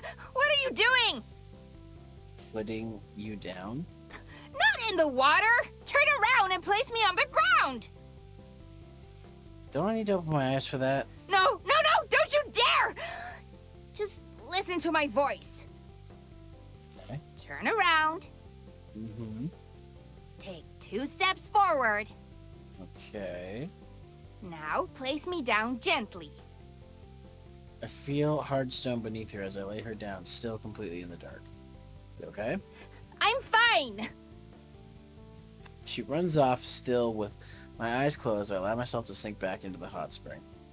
Oh, jeez. Wow, that was so cool, Kotone. You look like a princess. Kotone blushing profusely. That was the most embarrassing thing that's ever... A princess? She stops for a second and be like, princess? Oh? A princess? Ooh. Moment, normal air of haughtiness returning as she flips her hair. Well, I guess princess is the best way to describe Oh me. my god. Alright. Skip through all this shit. Let's go with Kotone. First, we'll see if I can find Kotone. Just my head around the corner, only to see her hands, hips, looking around for something. Where is that guy, Uso? She mumbles quietly to herself. Able to help myself, I sneak up behind her. Leaning in, I blow into her ear. Let's out a girlish scream as she shoots up in the air. Uso holds on for dear life as she quickly lands. Looking around, she looks at me with a fixture of shock and fear. Noticing who it is, though, her expression quickly changes. Huh? Oh, you jerk! What did I say earlier? She immediately begins to tap her fists against my chest. I have to hold back a laugh as her rapid hits don't hurt in any way. In fact, it's obviously more for show. Quickly, she stops and turns around, puffing out her cheeks as she crosses her arms. Sorry, I couldn't help myself. She turns away from me. But you were looking for me, right? Embarrassed, she turns back. And who says I was looking for you? She asked, irritated. My mistake. Guess you weren't. I look over towards the vending machine. How about I buy you a drink as a peace offering? I say as I gesture towards the drinks. She glances towards the vending machine and then back to me. Well, it's a start. Right, one drink coming up. Unfortunately, they're all written in Japanese. I stand there awkwardly for a moment, the money in my hand. My confused face, Kotone sighs and walks over to me and leaves the money from my hand. I swear, you really are hopeless without me. She slides the money in and makes her purchase. Grabbing the bottle, she takes it in one hand. She looks at me. Now, which one were you going to choose? Look at the different choices. That one. I say, pointing to a can. Kotone raises an eyebrow. You wanted a can of soy sauce? Wait, seriously? No, why would they sell that here? She removes her finger and temple and then removes it to poke me in the chest. What have I told you about being so gullible? Of course it's not soy sauce, you dummy. It's black tea. Oh, yeah. I'd rather not have that. I think soy sauce was a better option. She looks up at me and blinks, then proceeds to giggle. You really are such a dork. Putting my money in, she presses a button. Here, just take a milk. Right, thanks. I grab the bottle and follow her lead, removing the cap. I honestly have no idea what you'd do if it wasn't for me. I look at the milk. Well, I'd probably be drinking black tea. Kotone raises her arms in the air and shrugs. She shakes her head side to side. I don't know how you've even made it this long without my aid. Unless, of course, you've been getting help from your two buddies there. Says her confidence seeming to falter slightly as she says this. Turn my head to her. Who, you mean Aina and Fumo? Well, who else would I mean? Ah, true. What is their deal, anyway? I mean, I don't really have a problem with Fumo, but Aina seems a little off. Coming from the girl with the rabbit on her shoulder. You know what I mean. She says now, sounding a bit irritated. Right, sorry. But you're right, she is a bit weird. A bit? She wouldn't stop talking about you in the hot springs. It was kind of embarrassing. Ugh, tell me about it. She is completely overbearing and she keeps having this idea that we're a couple. There's a short silence. And you're not? What? Dear God, no. I seriously have no idea where she got this idea, but it's really starting to get irritating. Right? I mean, that would drive me down the wall. After I'm sure I heard her right, I chuckle. What? Did I say something funny? It's up the wall. Kotone blushes intensely, but attempts to hide her embarrassment through irritation. Well, excuse me for not knowing all your weird English sayings. I'm sorry. I know I have no right to laugh. That's right. You don't. There's a short silence. So, has your Japanese gotten any better? Take a deep breath while thinking. Tashi wa suislibro desu. Ongenki desu ka? Another short silence. That wasn't terrible.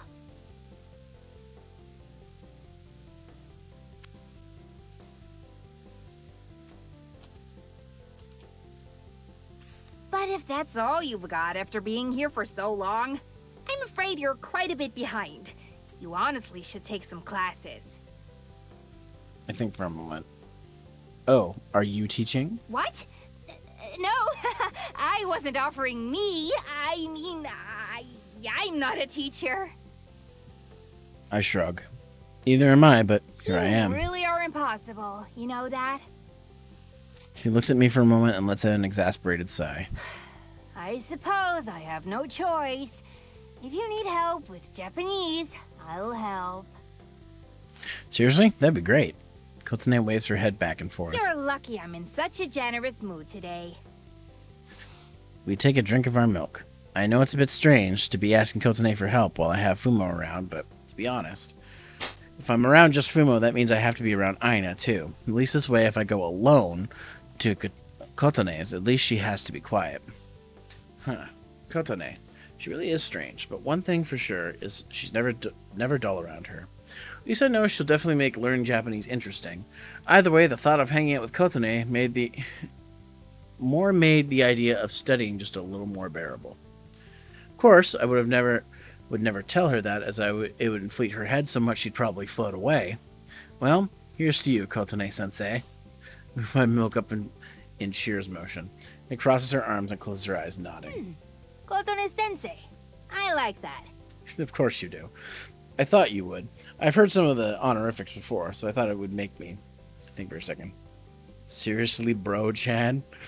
Seriously, bro, Chan? Fuck.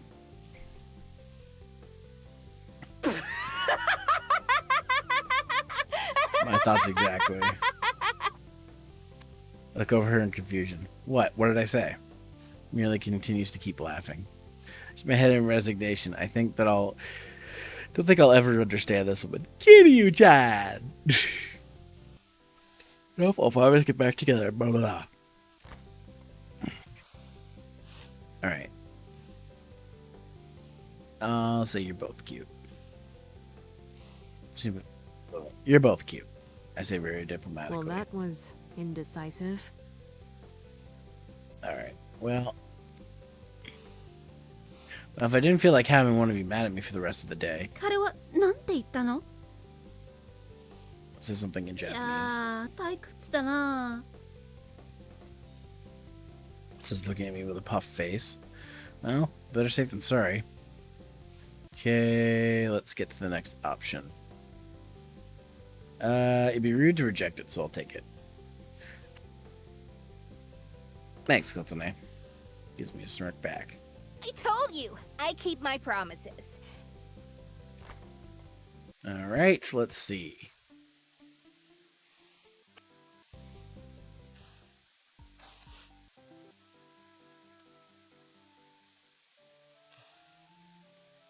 Nope, everything's fine. Still, for some reason, I get this feeling like something's behind the door, leaning bandana. Should I take a look? Go back to bed. Now let's imagining things. Feel my phone break. Glancing, I see a text from Kotone. Here's the hours for Saturday. I begin my type my response. No problem, you're up late. It only takes less than a minute to receive a response. Say the same about you. True, but the the bugs here woke me up. You. Yep, you. Just had some paperwork I had to finish. Cafe makes that much paperwork? You'd be surprised. I'm sure it would. How is it there? They had us taking a hike. What in the world does hiking have to do with English? Thank you, that's what I said. It's at least a pretty at night. Hang on, I'll show you. Put my phone down for a minute and stand up and slowly make my way over towards the door to open, stepping out. Good for a location. I snapped a picture of Flash. Giving it decent enough. I sent it to Kotone. What do you think? Oh, it does look nice. More woodsy than here. Can you show me? What, you mean a picture of what it looks like outside? Sure, just give me a second. Suddenly my phone lights up with an image.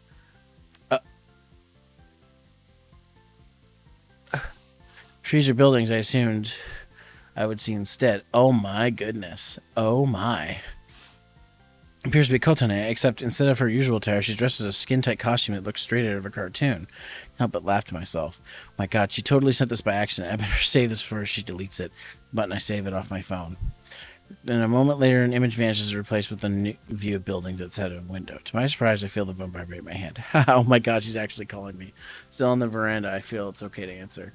Click the call accept button before I can even say anything. I hear Kotone's voice through the phone. You didn't see that, did you? I move the phone away from my ear for a moment before moving it back. I suppress a snicker. See what? The outside of your window?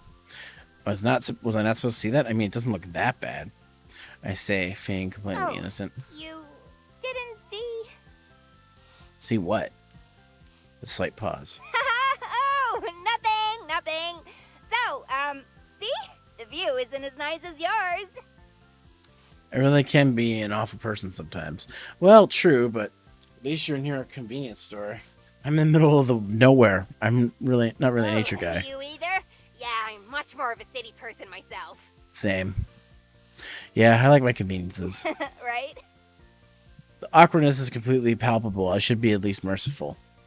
It's really late, though. You should go to sleep. Right. Yeah, I should go to sleep. Found myself smiling slightly. Good night, Kotone. Have a good sleep. You too. See you 3 this weekend. Yep, see you, Kotone. That I hung up the phone. That right there may have been worth the entire trip. Turning back, I head through the door and close it behind me. Alright.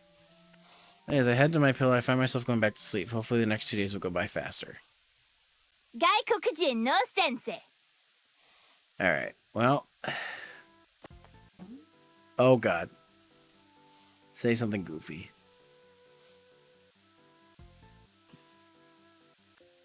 Alright.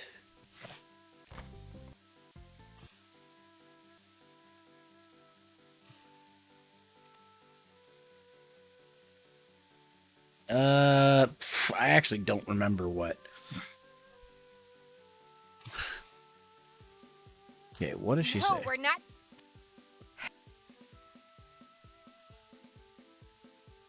Weren't you listening? She wants you to tell us if guys like smaller or bigger, you know. ねえねえ、 As she draws attention to herself. You're kidding, right? No, we're not kidding.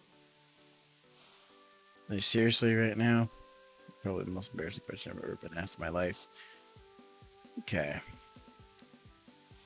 Alright. I'm gonna just save this one again. I'll just save this under...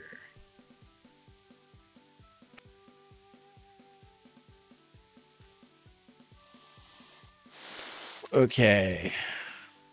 Kotone route. I'll just save Kotone route. And that's saved. And hit return. Change the subject. I really don't want to have to answer this. I better break this up before it gets more heated. Ladies, please. Who cares about any of that when you have a body like mine? I say this as I make a faux model pose. The women suddenly all stop talking and look at me with the silence blinking. Confused, Aina asks me what I said just after translating, smiles and nods. Honey, sexy. Very sexy. He rubs the bridge of her nose with her forefinger and thumb. Yeah, she's right. Yeah, she's right. Oh. Looking sharp. Hiro gives me a thumbs up. Well, merely nods. Yes, you look good. Yeah, I was totally joking. What just happened? Anyways, where are we going to go first? Okay, so I'm going to go skip. I'm obviously going down with Kotone. If I have to choose, I'll go with Kotone. I point lazily towards her. Kotone tries to hide her shock, but the telltale sign of her eyes widening gives her away. Quickly, though, she regains her composure. Well, of course you'd want to go with me, but I didn't say that I wanted to go with you. I shrug. Well, if you don't want to, I can go with someone else. No, you already chose to go with me. I wouldn't want anyone else to feel bad by feeling like a silver medal. Come on, Mr. American. Hey, Hirano, how's it going? How you doing, hun? Are you saying anything? She grabs my hand and begins to pull me towards the ride. We arrive. She gestures for me to go first. I step in, and she moves behind me. I glance behind me and see the others are set up. It seems that Aina paired with Fumo and Makiko went by herself in the last spot. I'm turning my head back. I see Kotone grab her handle. She gives me a smirk. What? Hoping I'd hold on tight to you? Give her an unenthusiastic side glance in response. Before I can say something witty, however, the ride begins as we lurch forward. Everyone jostles as we shoot forward. We hit a sharp bank, which shifts us to the side. I hear a sharp yelp behind me. Another bank. Another yelp. Doing okay back there? I asked with an amused tone in my voice. What? Of course I'm doing. Some new screws from Hot Topic clearance rack, and I bet to rock them. Hell yeah. Hell yeah, now we got business. Bet you look cute in them. Take another quick turn. You're doing eep? Shut up! Suddenly we hit a medium-sized drop. As we land, I feel a pair of arms wrap around me and something soft press onto my back. Aw, yeah. Say anything, Kotone speaks up. Don't say anything! Okay, I won't say anything. Ugh, you just. We hit another bag. She pulls in closer. Suddenly, as realizing her chest is pressing up against my back, her voice begins to get even shakier. Hey, you better not be enjoying this. Of course not, Kotone. Good. At least I'm a better liar than Kotone. Finally, after what seems like a lot longer than actually is, we splash down at the final drop. Just as quickly, I feel a pair of arms release from me. I turn back around and see a blushing Kotone. Jeez, they could have at least warned us there'd be a huge drop like that. Yeah, it's almost like it's a water ride or something. Kotone's only response is to turn away from me, but I swear I hear her grumble something incomprehensible. Okay, so...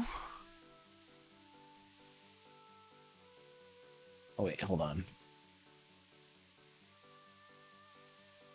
Ooh, Junkin Poe?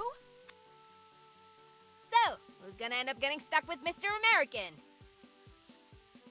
Is this the right one? Hold on. Paper Kotone ends up being the only one to throw down Brock. Seriously? It's not like I like you or anything, Baka. Exactly. Cross my arms. Sorry, you're stuck with me. Kotone looks over to me and exhales. It's fine, it's fine. Besides, without me, you've got no chance of winning. She grabs my hand and moves over to the other side of the net. I found myself glancing at Kotone's bikini-clad form. I'd be lying if I didn't say, well, she had a reason to be confident. Her eyes shift to me. See something you like? I move my eyes back to Not the front. that I can blame you. Let's just focus on the game, Kotone. I hope I don't distract you too much. She wafts a hand through her hair. For some reason, I'm not sure this causes me to begin to laugh. Apparently, it's not the right thing to do, as Kotone looks at me first in shock and then with irritation. Hey, what's so funny? I'm sorry. I don't know why I'm laughing. Stop!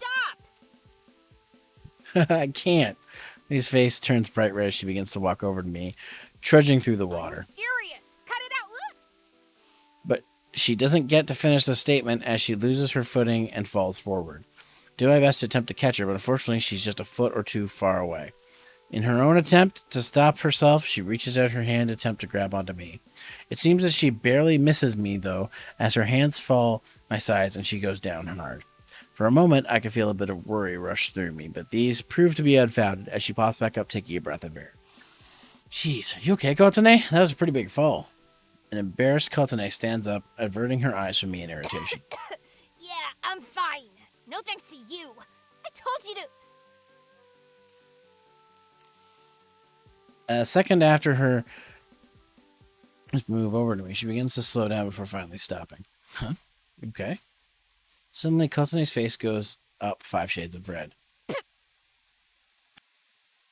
I look around as if to see exactly what she's talking about. As my vision turns downwards, I see what she's looking at. I'm not wearing my shorts anymore. Well, to be fair, I am. They're just around my ankles. Ah! I scream as I pop down into the water. Now halfway underwater, I begin to fumble with my pants. Finally, I manage to pull them up. Quickly, I stand back up and turn back to Kotone, who's still blushing and looking away from Hey, me. you guys okay over there? Akio asks, sounding a mix of amused and concerned. Fine! We're fine. We both answer at the same time, both our faces red. I can't believe it, though. Some kind of sheer dumb luck the other three must have been talking or not paying attention when it happened, because no one seems to mention it. I breathe a little easy knowing this. As the game starts, the two of us do our best to play. As distracted as we are, we both end up missing the ball a few times. Pretty soon, the score is 1-4. Well, we're getting our butts kicked. It's not my fault. You missed the last two. Yeah, and you missed the last two before that. Yeah, well, I've been distracted. Well, so have I. I realize just how loud our voices are getting and close my mouth for opening it again, albeit this time quieter. Okay, look, let's talk about something else. How's Uso doing? Huh? Oh, she's fine. She's at home now. Cool. She behaving herself? Yeah, I mean, as well as usual. She's being her usual spoiled self. As Kotone begins to talk about Uso, the two of us go back into place and begin once again to play the game. I seem to be completely lost in the conversation as we casually play the game before long the game ends. This is a trance Kotone looks up. We're done? Yeah, I guess we won't. Who won? Akiko We laughs. did. It was close though. I turn to Kotone. Oh, guess we lost. I guess so. Kotone shrugs. Well, at least we looked fabulous doing it. Ooh, you're learning. T smirks back at me. Hey, I just wanted to say, I know what you did there. What did I do? You know, you dork.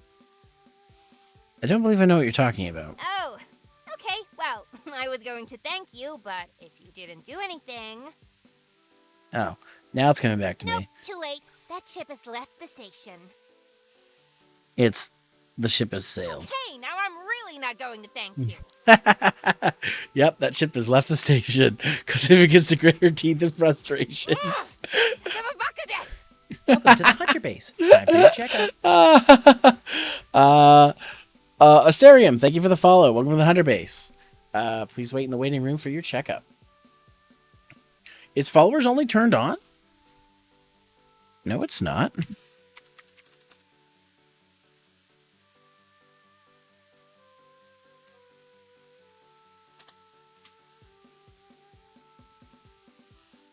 Oh, it was? Oh. I don't know how that happened. That's weird. Anyway, sorry for that. My apologies. I did not know.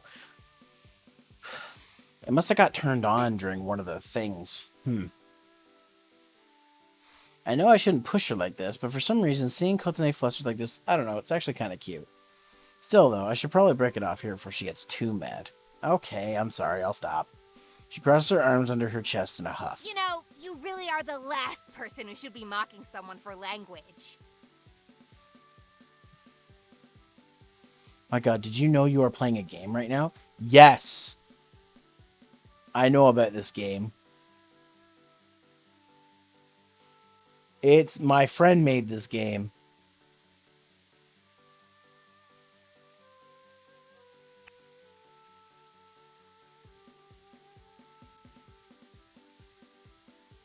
Does it not say the game on it, or? I thought I put it on there. Categories there. Okay. Yeah, you've got me there. I rubbed the back of my head, unsure of what to say next. Nick glances back over to me before finally uncrossing her arms and letting out a sigh. I swear, I don't know what I'm gonna do with you. A silence passes between us. Having a hard time thinking of how to apologize to me? Huh? Yeah, you're wearing that oh no, I just insulted Kotone face. I make a KK noise. Is it really that obvious? It throws me to cheeky Actually, smile. I was just guessing. But thanks for confirming it. Holy crap, she got me. I realize it's it too as she gives me a smug look. Say it. I let an exasperated sigh.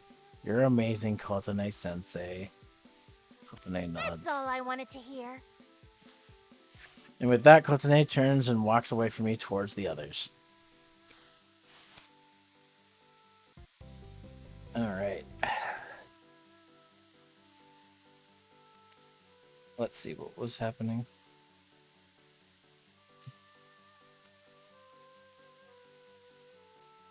I let Aina have her fun.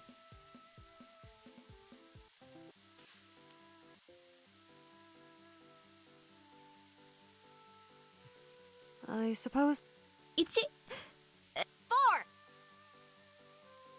Oh. Fun round, which has the number 4 typed on the screen. Ah, would you look at that? Kotone wins. Not that I'm surprised. Ah, yes, the pinnacle of modesty. That is Kotone. Well, there's really no reason to be modest at the moment, is there? Well, I mean, I guess not. And that was the correct response. Come on, Mr. American. She reaches forward and grabs my hand, pulling me ahead. Oh, right, this scene. I've got to change my outfit. Okay, not that one. There we go. Oh. Hold on. Game just went into full screen mode when I did that. Ah! Game. Okay. There we go. And she reaches forward and grabs my hand, pulling me ahead. I tell that Fumo and Aina are doing their best to keep with a decent range so not to get zapped. So? So what? My compliment? Did you forget already? Right, of course. Over to Yuki-chan, I don't want to admit it, but Kotone actually looks really adorable in it. Design and color look tailor-made for her. I honestly don't know what the definitive Japanese girl looks like, but I think Kotone would come pretty close to the look in the looks department. Cross my arms to pretend to scrutinize her outfit. I think your quirky personality is very charming. It seems to catch Kotone off guard. What? You were supposed to compliment my outfit. Oh, I was? I thought I was just supposed to compliment you. It was implied. Ah, well, you could say, I'm just dumb Mr. American. I didn't say you were dumb. She stops walking a moment and says this to me. I did never say you were dumb. Treats this softer and more mumbles it than anything. Sorry. Yeah, well. She trails off. I do like the Yakuta on you. That was pretty weak. Yeah, you're right. How about that Yakuta only brings out your already radiant beauty? She seems to put the usual smirk back on her face. Okay, that was pretty good. And true. And true. And she's modest, too.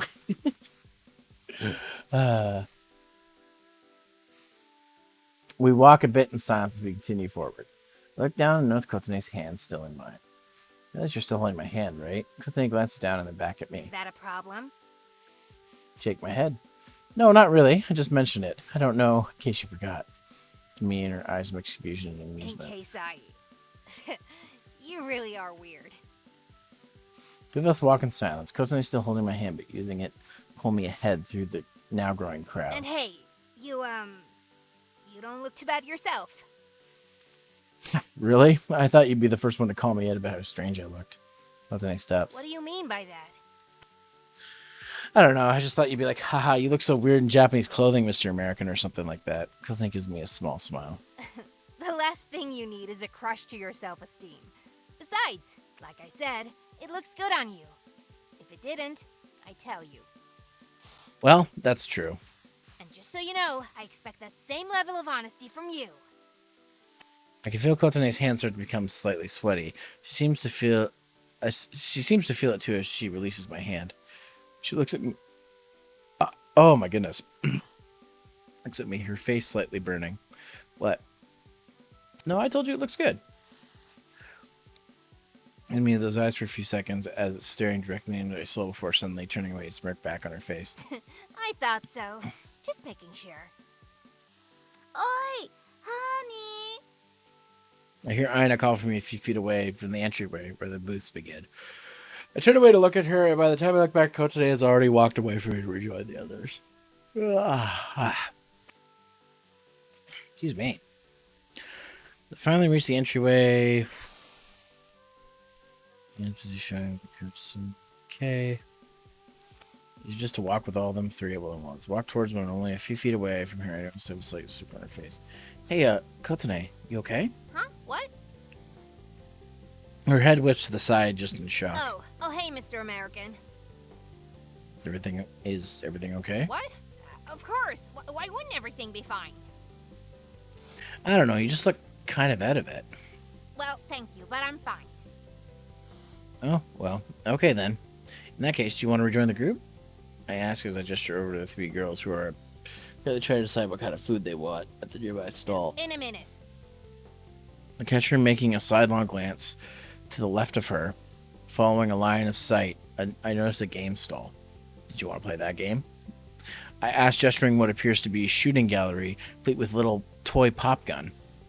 Immediately, her face flares up as she throws her fist down. No, I don't want to play that stupid game. She says this as loud as a few people turn their heads to look over. Yes, thankfully, they're pretty much all Japanese and more than likely have no idea what she's saying. She immediately realizes how loud she is. She lowers her head a bit, bears, then proceeds to cross her arms. Oh, okay then. So, why are you standing by the stall? Nothing. No, it doesn't seem like nothing.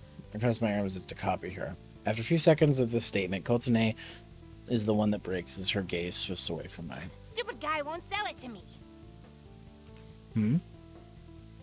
Look at her confused. She must realize I have no idea what she's talking about, as she finally shifts her gaze back to me. I asked him if I could just buy the figure there, but he says that it's a prize and I can't just buy it. I mean, what kind of stupid business practice is that? It's 300 yen for a round, and I offered him 2,000. That's the same as almost 7 rounds. She scoffs. He's obviously not a businessman. Following her mini tirade, I glance over to the stall we were referring to, and after scouring through the prizes, I locate the only figure on display. It appears to be some sort of female cartoon character with an ornate outfit that looks like it's either suited for battle or some sort of adult-related activity. I'm assuming it's probably for battle, though.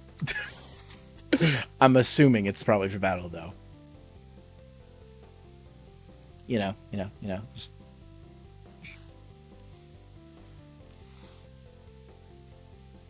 I hit media by accident. Oops.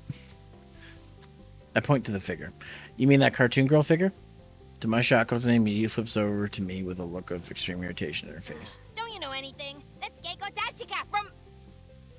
Suddenly she stops, as if catching herself from saying something. She coughs into her hand and begins to speak again, this time much more reserved. I mean, yeah, she's a character from a show I, used to watch when I, was a kid. And I think it's kind of cool. I was just hoping I could buy it, but he says it has to be a prize. Well then, why don't you just try to win it? I asked, gesturing to the stall. No! She says this with more resistance than I would expect. Okay, why not?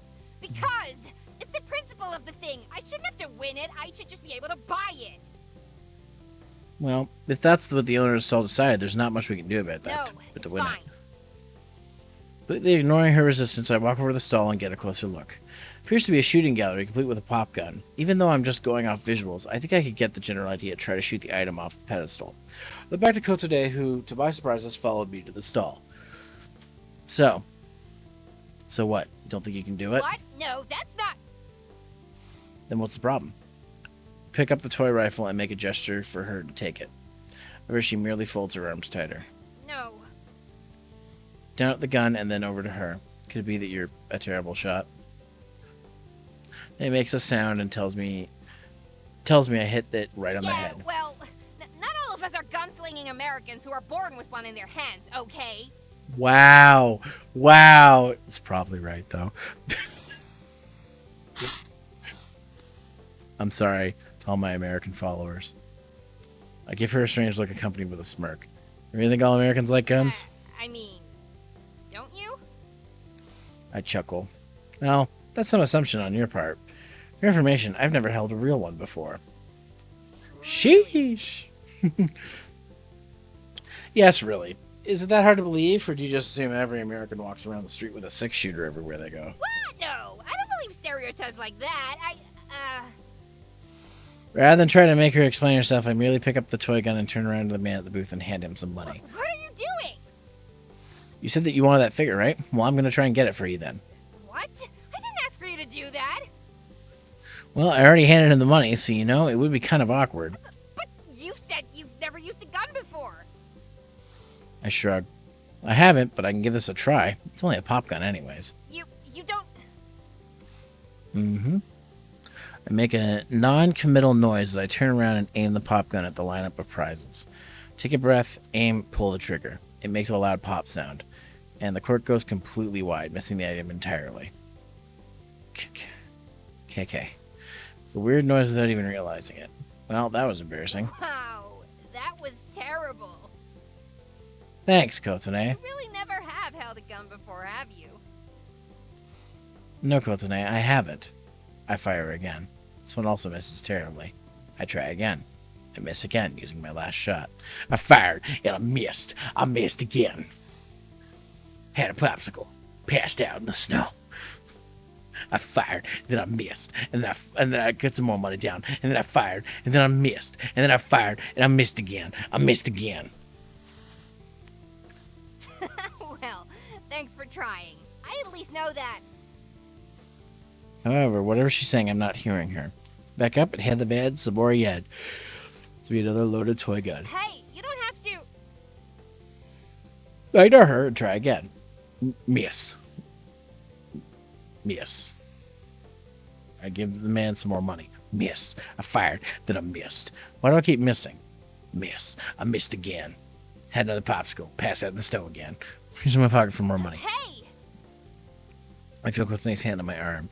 She makes me out of whatever stupor I'm in. Huh? Hey. It's alright. You can stop. But I didn't win it yet. Me with a worrying smile. It's alright. Don't worry about it. Oh, okay. Put the gun down and turn back to her. Sorry about that. I really thought I could. Cut myself off as I look towards Kotone, who seems to have a surprised look on her face. Is everything all right? Oh, you actually stopped. Right, you asked me to. Well, yeah, but I mean, I didn't think you actually would. I thought you'd be all macho and convince yourself you had to win it or something. Once again, you asked me to stop. Why would I ignore what you asked me to do? First time since I met this woman, she seems to be at a loss for words. Why, I'm not quite sure, but seems to be unable to answer my question. In fact, it's a voice behind us that breaks through the silence. すみません。 Oh, hey, is that Mr. Unpopular again? Turn around and see the man running, saw looking at Sun in the face. He then reaches behind himself and takes a figure off the stand and offers it to Kotone. どうぞ。 Back at the man in shock. Arigato. Find myself giving a slight bow. Arigato gozaimasu. The man, obviously embarrassed, waves the bow いい away. え、いいえ、大丈夫。 He then turns to Kotone. お互いの世話をする。 Whatever, he said, causes her to blush slightly. Arigatou gozaimasu. He says this much more meekly than usual, or usual voice, which I have to say is a little off-putting. She then gives him a bow, which merely smiles and waves us goodbye. His attention now gone from us, I turn back to Kotone. Well, I'm glad you're able to get your figure. She makes a small, incomprehensible noise as she looks at the figure. A few awkward seconds pass between us before Kotone speaks again, this time much softer. Hey. I look back at her. I know she's still looking at the figure, inspecting it as if she were using it as an excuse not to have to look at me. I just wanted to say thanks. Aw, look at her cute face. For the figure? Well, I mean, I didn't exactly win it, but... What's your head? No, not the figure. I tilt my head slightly confused. What are you thanking me for? She pauses for a moment, obviously trying to put the thoughts into words and then translate them into English for me. Listening. Listening? She nods slowly. I look at her with a confused expression. Well, why wouldn't I? Simple question once again seems to catch Kotone completely off guard as she looks up from the figure back to me and then back to the figure. A moment of silence fills the air between us as Kotone, after closing her eyes, once again turns her head back to me, this time with her usual smile on her face. Well, duh, of course. I just wasn't sure what kind of guy you really were. It was a test. I raise an eyebrow. Yep. It was the see if you can listen to Kotone test. And I have to say, you actually passed. Wow.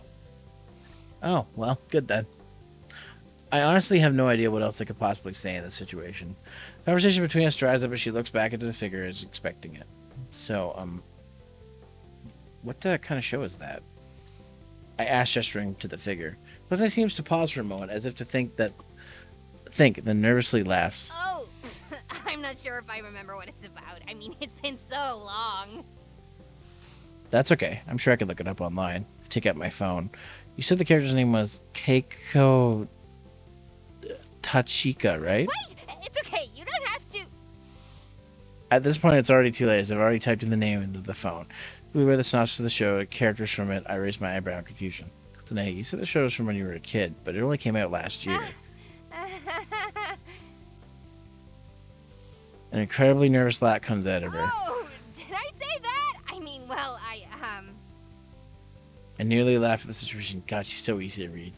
You know, Kotone, it's totally fine to have... It's totally fine if you like a show. You don't have to lie. I wasn't lying.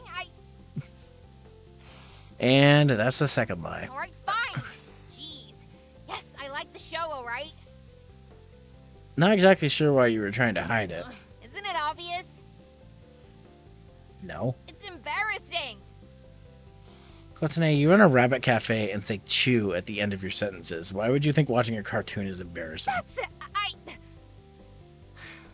I guess you're right. She then shoots me an irritated look. Stop calling it a cartoon. It's called anime. Oh, okay, sorry. So, how's that anime? I don't know whether to look at the situation or the awkwardness we were just sharing, but Kotone lets out a chuckle. Well, if it were bad, I wouldn't want the figure, now would I? Oh, yeah, right. Oh, could it be you're interested? Huh? I mean, I Say suppose. no more. Tell you what, next time you have a shift, I'll put it on the kitchen so you can watch while you're helping. I'm not really sure how I can understand if it's Called Japanese. subtitles. Ah, right. Despite it's just being a cart anime, this seems to be pretty important to Kotone. I guess I should give it a shot. Well, I suppose I need you once again to educate me in something. I'll do my best, Kotone Sensei. Enough, we meet up back together. All right. Now I'll be nice. Hey, Kotone, seems you're picking up a figure. That's pretty cool. Is it from a show you like? Now, of course, she were bracing herself to be a jerk or something. She merely nods. Yeah, it's a show I like. In English, you'd call it Star Vengeance. She totally pulls the figure out of the bag and shows me. I take a look at it. That actually looks really cool. Kotone puts on a smile. Yeah, you think so? I nod. Yeah, absolutely. I mean, I've never seen the show myself, but the character looks pretty The neat. show is actually really popular right now, so it's hard to get some of the figures. I had to special order this one. I can see why. It looks very well made. Kotone nods in excitement in her Oh yeah, voice. it's a special edition. They only made 300 of her. I feel as if I've seen this figure before. The last costume where I had to. Suddenly, I smack my palm. Oh, this is the character you're dressed up as in the picture you sent. That's exactly what I'm saying. The moment is too late. The words come out of my mouth. Oh no! Kotone blushes a deep crimson. You said you didn't see that picture! Oh crap. Well, open my mouth, insert foot. You look really good in it. She stops in mid-scream. Oh. You think so? Yeah, I think it looked really cool. Looked just like this character. His disposition changed as she seems to become a little more timid. Well, thank you. I put a lot of work into that costume. It shows. A small silence passes between us. Look, I'm sorry. I'll delete the picture. I didn't mean to make you uncomfortable. I slowly reach into my pocket. However, Kotone suddenly puts her hands up. No, it's okay. You can keep it. She raises a finger and points it at me. But don't show it to any of your friends. I nod vigorously. Kotone lets out a sigh. All right then. That's fine. Well, I think it's cool that you're into a hobby that much. I really don't have anything like I that. don't have a hobby. I shrug. Not really. Kotone chuckles. Not gonna lie, that sounds really boring. Yeah, it kind of is. Well, tell you what. If you ever want to check out this show, let me know. Nod. Yeah, sounds fun. Okay then. I'll see you at work. All right. Spend the day by myself. Just stay around the house or something. It's been a while since I had time to relax. Fumo nods. That makes sense. Just make sure you're back here before midnight. Otherwise, there might be some problems.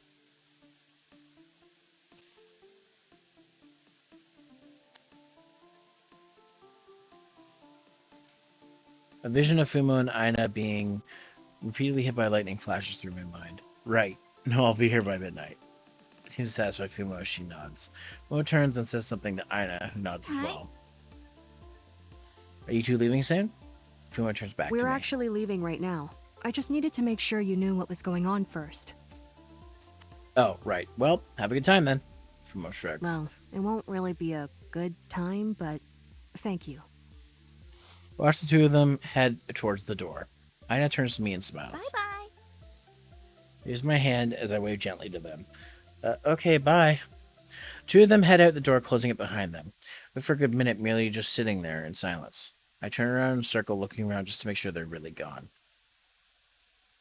Yeah? Oh, yeah? Is it a really nice one?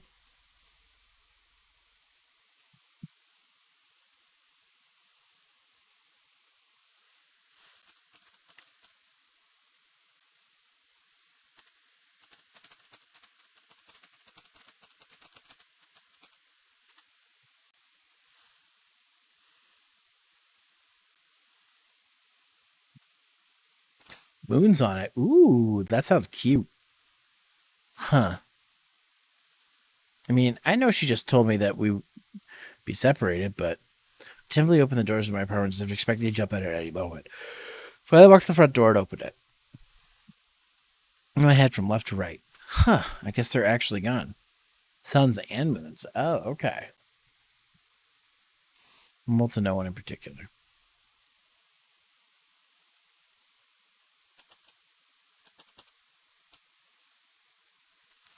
Moved back inside and closed the door. Myself walking a little slower through the apartment as I head back to my bed. Huh. Now that I have a whole day to myself, I realize something. I have no idea what to do. Should I maybe call someone? Maybe I should call Makiko or Kotone. Well, obviously we gotta call Kotone. Well, hopefully she's not busy with a big holiday rush or something. Pick up my phone and dial a number. Suddenly it rings in my hand. Without looking at the caller ID, I pick it up. Hello? Hello? Yeah. Oh, hey, it's Kotone. Ah, well, that's good timing. I was about to call you. Short silence. You were? Why? I shrugged, despite her not being able to see me.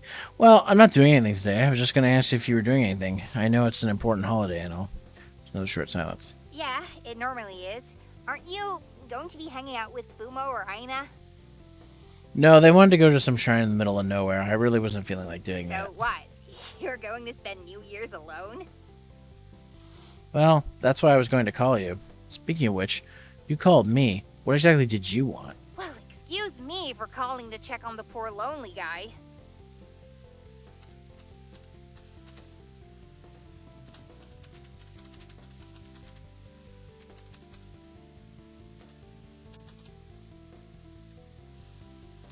Nimble dodge there, Kotone. So it'll probably go a lot faster if you just play to her ego. Yeah, you got me, Kotone. I thought about hanging out with Fumo and Aina, but I really was kind of hoping you'd be free so we could hang out together today. There's another pause before Kotone comes back with a short laugh. I guess you can't help it. I mean, who wouldn't want to call me and ask me to keep them company? You got me figured out. Kotone lets out a sigh. Alright. How can I say no to that? Fine, I'll hang out with you today. Someone has to show you how to have a proper Japanese New Year's anyway. I'll meet you at the fountain in town in an hour. You know where it is? I nod out of habit. Yeah, that's fine. I'll see you there. And you better not be late. All right, date with Kotone. Date with Kotone. Yeah. I hear the phone hang up my ear. Well, should probably get ready. Putting the phone back in my pocket, I go to the closet and begin to bundle up. Trip to the center of town doesn't take too long as I make it to the meeting spot with about 5 minutes to spare. And there, staring at her watch, is a bundled up Kotone. Seeing her normalish looking coat, if I didn't know it was her, so well, I might not have recognized her. Figured I could try to sneak up on her, but it would probably sour her mood for a while, and I'd rather not deal with that. Instead, I walk up to her and wave congenially. Hey, Kotone! My voice, she seems shocked for a moment. She looks up. Oh, hey! She looks back at her watch. Looking back at me, she gives me a toothy grin. You actually made it on time. Gotta say, I'm impressed. That honestly makes it sound like she expected me to be late. Well, what kind of person would I be if I let such a nice girl like you wait out here in the cold? Exactly! See, not many guys understand that. I'm surprised you do. Thanks. Ugh, don't be confused. That was a compliment. She looks around. So, where are we going? I'm not quite sure. You're the Japanese expert, so is there something I should be doing on New Year's? Of course I'm the expert. I was just making sure you were leaving everything to me. Kotone, date with Kotone. I gesture over to her in a take it away motion. He nods smugly. Soon she takes a few steps and then stops. She then looks around as if trying to get her bearings. She tries this subtly, but failing miserably. That was he gone. Everything okay, Kotone? Of course it is. I'm just thinking which is the best place to go. There's a lot of good places. Are you going to a shrine or something? To my surprise, Kotone turns around and looks at me with a raised eyebrow. Did you want to go to a shrine? Find myself scratching my head. I mean, I thought that was the kind of thing you did on New Year's here. Am I wrong? No, you're right, but we can do that really anytime. Then where are we going? Kotone pauses for a moment of thinking, then she turns back to me. Well, on New Year's, it's traditional to see a movie at the theater. So we should probably go do that. Is it? Can't say I've heard of that. Kotone blushes slightly as she crosses her arms. Who's the Japanese one here? I put my hands up defensively. Sorry. If you say it's a custom, okay, it's a custom. I could see a movie. Lead on, Kotone Sensei. Seemingly satisfied, Kotone begins to walk ahead, leading me downtown. After a few moments of silence, I'm finally able to put my fingers on what's off. So, it's rare not to see Uso with you. Yeah, well, I couldn't exactly bring her with me to walk around town. She did throw a fit when I was bundling up to leave without her. I can look forward to her pouting later. You really care about her, don't you? To me as if I were accusing her of something. So, what if I do? I glance at her confused. Nothing. I just think it's cute. Surprised at my reaction, she turns her head back, putting her hands in her pockets. Oh, well, thanks. I really wish I had a pet rabbit again. I haven't had one in so long. Used to have one in America? I nod. Rabbit and Rabbit! Yeah, her name was Miss Stuffykins. She was a great rabbit. She was brown and white. I had her through some tough times. With my hands back in my pockets. My silence hangs in the air as I walk for a while. Finally decided to break it. Sorry about that. Kind of killed the fun mood there. It's okay. She says that softly, far softer than I'm used to hearing Kotone talk. She stops and turns back to me. You know, you can talk to me about serious stuff if you want to. You don't have to worry that I'm going to break or something if the conversation gets serious. She gives me a toothy I'm a smile. big girl. I can handle adult conversations. I feel slightly embarrassed at her accurate chastising. Right, sorry. Luckily, though, for me, the moment we arrive at a large movie theater, I turn to her. You do realize I won't know what's going on if we pick a Japanese movie, right? She waves her hands up and down. It's fine. I'll translate for you. Right, so what are we seeing? Well, let's see. Looks over the movie choices. I just have to glance over the pictures. I obviously can't read the words. One picture does indeed catch my eye. First for what seems to be an anime that Kotone showed me before. Just stare at the picture. Hey, isn't that anime you were showing me? It turns to me. Well, yeah, but... Oh my god, you haven't seen that yet! Okay, come on. Without even thinking about it, Kotone grabs me by the hand and pulls me towards the ticket window. She says something in Japanese to the ticket vendor while holding out 2 fingers. The vendor looks between the two of us and gives us a congenial smile before handing Kotone the tickets. Oh, right, let me... But before I can reach my wallet with her free hand, she definitely pays the woman. I never noticed it before, but even though with her gloves, I can tell Kotone's hands are really warm. My hands are far larger than hers, but she managed to be holding mine in such a way that it would be hard to break unless I really tried to. The ticket seller then says one last thing to Kotone. I'm unsure what it is with the moment, but Kotone's face goes beet red, and she quickly removes her hand from mine. Everything okay? What? Yeah, of course everything's fine. Why wouldn't it be? Before I can respond, she hands me a ticket. I look at the ticket. You know I can pay for stuff. She's giving a smirk. I'm a big boy. I'm a big boy now. I'm a big kid. Give me what sounds like a scoff before pushing the ticket into my chest. I have to fumble to grab it so it doesn't hit the floor. Come on then, big boy. You can buy us snacks. She walks towards the concession stand and looks over the options. Go ahead, pick out whatever you want. Kotone nods and picks out a few things. I do as well. Purchasing our items, we make our way towards the theater. Luckily for us, the house lights are still on and we quickly find our seats. It seems to be relatively crowded for a Wednesday. However, that makes sense considering it's a holiday. In fact, most of the people in the seats to be young teenagers.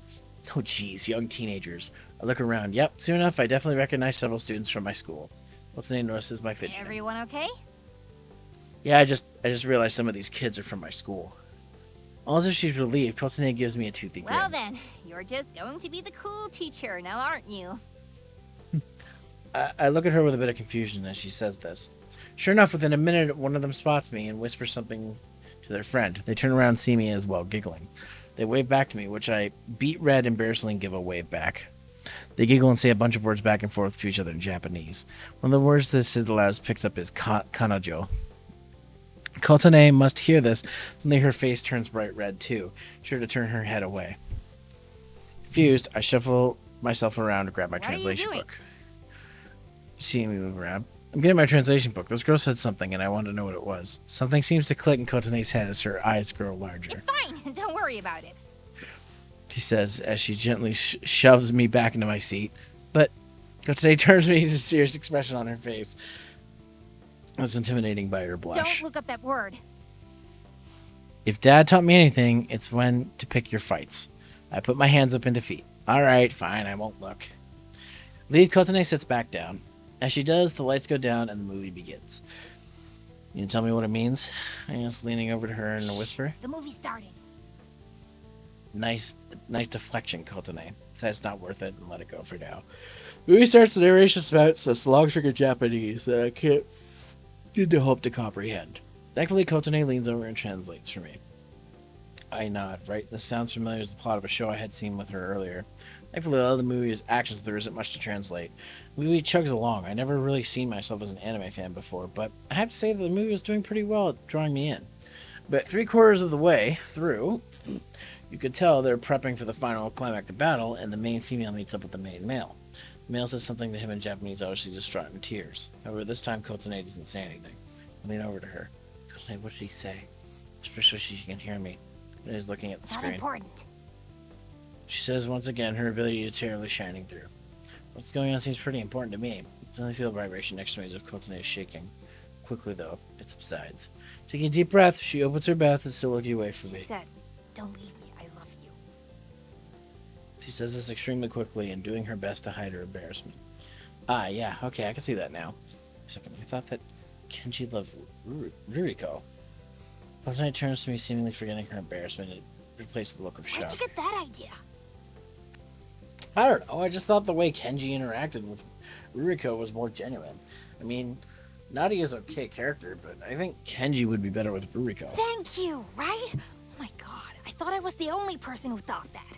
Nadi is totally wrong for Kenji. I don't know where the writers went with that. Yeah, it's kind of lame. Kotone snickers. Yeah, it kind of is. I slowly go to move my hand to grab some popcorn. As I do, it seems that Kotone is doing the same. For a moment, our hands accidentally brush against each other as we pull away quickly. Sorry. They blush as she does her best to be dismissive. Don't worry about it. As an aside, we basically sit in silence for the rest of the film, I only leaning over to translate dialogue-heavy scenes that remain in the film. As the film ends, we stand up and step out of the theater. Well, that was interesting. In this situation, interesting is usually another word for bad. Well, no, the movie is fine. The whole Kenji thing just bothers me. It gives a smile and a laugh. You get upset every time your pairing doesn't work out in anime. You're going to be disappointed a lot of the time. I mean, I guess. I just didn't think that those two had any chemistry. Look at you, Dr. Love. I give her a sarcastic look. Hardy har. So, where are we off to now? Well, I suppose we should visit a shrine. Give you the whole Japanese New Year's experience. Alright, sounds good. Lead the way. And he nods as she walks ahead of me, making sure not to go too fast as to lose me. We keep pretty silent the whole walk, as the streets are pretty crowded, and it's taking nearly... Oh my goodness, I'm so sorry, everybody. Taking nearly all my concentration to keep up with her through the crowd. Eventually, we reach the steps of the shrine with what appears to be an orange gate at the entrance. Alright, so what do we do here? As we finish climbing the stairs, she gestures to the bucket with some flowing water. First, you're going to want to pour water over your hands with that ladle. Why? It's a spiritual cleansing thing. Ah, okay. I move my way towards the water and, following Kotone's example, wash my hands. The water's pretty cold, but I expect it to be so. My hands off to dry them. Okay, now what? Takes a look around the shrine. Her eyes eventually settle on a wooden box over the left side. Let's get a fortune. Does she unconsciously pull me out of the hair? Oh my goodness. Excuse me. In a few moments, we're standing at the box. So, what do I do? She then quickly explains to me how it's basically a fortune teller system. You pick a scroll and it tells you your fortune for luck, health, etc. Ah, so no pressure then. It's mainly for fun. Alright then, here we go. I drop 100 yen in the box and pick one at random. And then take cursory glance at them and extend it out to Kotone. Well, it's going to be in Japanese, so please do the honors. Kotone gives me a confident grin as she takes it from my hand, putting her chest slightly. The Japanese can be pretty complicated on these fortunes. I wouldn't expect you to be nearly as good as me with 2 languages. Right. Kotone is amazing. I say this somewhat sarcastically, but Kotone merely keeps smiling as she crosses her arms and nods. Right. Alright, what's it say? Okay, so it's separated into different fortunes. So let's see here. Restore the fortune for a moment. Moderate luck. Not bad. Let's see. Finance is unchanged. Not getting worse, not getting better. Figures. Health. Ooh, very good health. Well, at least I have that going for me. Suddenly, though, as she gets to the next part of the fortune, she begins to blush as her eyes go wide. Everything okay? Yeah, everything's fine. Did it say something What? bad? No, it just says that, you're going to make a lot of friends. Oh, well, that's good. As me nervous laughs, she closes the fortune and puts it down. So, yeah, I guess your fortune isn't too bad. You're going to have a good year. I gesture towards the fortunes. As I change the subject, Kotone seems to be back in full Kotone mode. She rolls up her sleeves. Let's see what we've got. She into the box, pulls out a fortune, dropping 100 yen in the box. She rolls the fortune. So what'd you get? Small good fortune. Well, it's better than well, it's better than bad, right? And then let's hit a sigh. Yeah. Let's see here. Ooh, good for money this year. What's your health and for Rome? It's to catch herself from finishing the word. Friendship, it says. It says a irritation pops up in Kotone's face as she closes the scroll. Something bad? Never mind, it's fine. Well, now I'm intrigued. Too bad, because I'm not gonna tell you. That's not very fair. Well, then maybe you should learn more Japanese then. She says that with a far more bite than I expected. In fact, I'm sure it surprises even her. Her eyes go slightly wide, then she turns her head away and slightly blushes under her eyes. Sorry. No, it's all right. You're right. I honestly should learn more. Kotone shakes her head. No, I'm sorry I snapped. I said I'd be your translator. But Kotone stamps her foot. Look, you jerk. I'm trying to apologize, so accept it, all right? Seems to be more of an order than a request. I put up my hands and surrender. Okay, sure, I accept it. Then he looks away from me. Good. Short silence. She still isn't looking at me. That interested, except that I need to trust people. Still isn't looking at me, but I can tell she's still slightly blushing from the side. Well, if it helps, I trust you. I cause her face to freeze up for a moment before finally a soft chuckling. You really are an idiot. She then turns back to me, a smirk on her face. Let's go make our prayer. Then asking, she grabs my hand and pulls me towards the shrine itself. Once we reach our destination, she releases my hand. Look around above me is a large bell attached to a thick rope. Below is a grate that seems to have various amounts of money below it. So, what do we do here? Throw in some money, ring the bell, clap twice, and pray for the new year. But pray silently with your hands together, like this. She says as she places her hands at face level, palms together. Okay, seems simple enough. Following her instructions, I throw in another 100 yen ring, the bell, clap it twice, and pray. Unsure of what to pray for, I merely pray that this will be a good year for me, and hopefully as interesting as the one I've had since March. Of course, I don't know if that will be possible. So, what now? And finish her own prayer, Kotone puts her fingers to her chin. She starts to think. I feel something cold fall on my hand. I feel it again. So I touch Sorry, turns upwards. Huh? Snow. Haze turns towards the wall. Oh, it is snowing. Snow begins to come down slightly heavier as it begins to flurry. Kotone looks up at the snow in awe, a smile on her face. Not a sharky one, but an actual genuine smile. It's easy to forget just how pretty Kotone is when she's not smirking or being snarky. She extends a beauty that it actually is hard to ignore. I must have stared a little too long because Kotone turns her head to me. What? Is something on my face? No, I kind of zoned out there for a second. Kotone lets out a chuckle. You're so weird. He then turns her head and looks down. Kind of funny, actually. What is? Do I have something on my face? That's actually the very first thing I asked you when we met.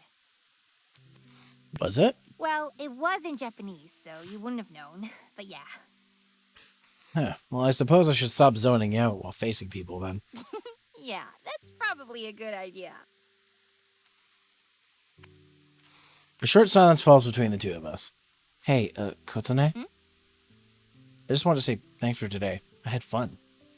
He looks at me slightly shocked, but then proceeds to give me a soft smile. Well, of course you'd have fun. I'd have been a pretty poor guide if you had a boring time. One thing I can say is that things are never boring around you, Kotone. He crosses her arms. I'll take that as a compliment. Well, yeah, it was meant to be. Two of us stand there merely staring at each other. Normally this would be a simple few seconds of awkward staring. That would be it, but for some reason I find myself unable to look away. The first day I arrived in Japan, Kotone had been this strange constant in my life. Meeting her in a random cafe, I never thought I'd see her again, but to my surprise, there she was just a few weeks later. A little more than a year ago, I didn't even have a job, but now I actually technically have two. Well, it's exhausting. I'd be lying if I said I didn't enjoy my time working with Kotone. It's then that a buzz emits from Kotone's pocket. Shocked, she starts to fumble for her phone. The message before her face forms a shock. Oh, jeez, it's that time? Sorry, I have to get going. Owners never sleep and all that. Oh, I thought you had today off. On a holiday like this? No way. I'm just going in late today. Ah, well, that makes sense. A lot of people are off today and probably don't want to cook. Exactly. We don't all get paid vacation days like someone I know. She smirks at me. Upon getting in the last word, Kotone begins to walk down the stairs off the shrine. On the second or third stair, however, she stops and turns back to me. Oh, I nearly forgot. I'll see you 3 on Saturday. Yeah, right. Saturday. I say, raising up my hand slowly. Mine's still sort of a foggy state. Without turning back, she continues to speak. Noon! Don't be late! I hold my hands up and wave, even though she's no longer looking at me. I keep my eyes on her as I watch her disappear down the stairs, the snow obscuring my view further. Kotone is gone. I feel my heart rate return back to normal, as my hands feel less clammy. A few moments later, I shake my head. What was that about? I mumble myself, shaking off any residual fogginess. With Kotone gone, I still see her clearly in my mind, her green eyes staring back at me, complete with a toothy grin. I shake my head once again and get the image out. Come on, seriously, bro? What are you doing? It's almost like you... I stop myself mid-thought. Oh no. Oh, no. Oh, crap, no. I grabbed the sides of my head as a sudden headache flared up. For a few moments, I realized, released my head and back up to where Kotone had left. With a long exhale, my breath visible through the snow. Seriously, bro? You're such an idiot. All right, well, guys, we're going to have to end off here. Because we're already over time. Kotone route.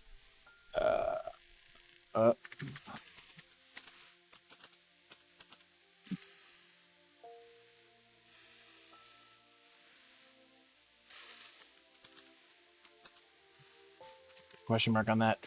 And we'll have to come back to this next week.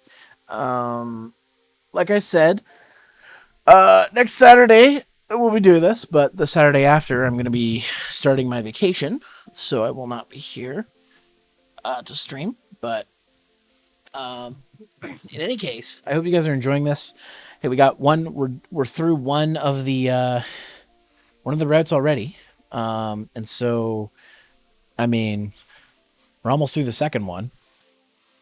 But hey, yeah, we're getting there. So we'll finish Kotone next Saturday and probably finish some of the other routes because we'll have more time to go through them. But for the time being, let me find someone to raid. And I should talk about things. So next week, there will be no Yakuza on Tuesday because Eski won't be available. So instead, we're going to be doing either next Tuesday and Thursday next week are going to be weird because I don't have Knockout City and I'm not going to have Yakuza. So I think I'm going to try and do Monster Hunter on Tuesday and Minecraft on Thursday, or maybe vice versa. To the Hunter Base. We'll see how it goes. Thank you, Swatzilla, for the follow. Welcome to the Hunter Base. Please make yourself comfortable in the waiting room.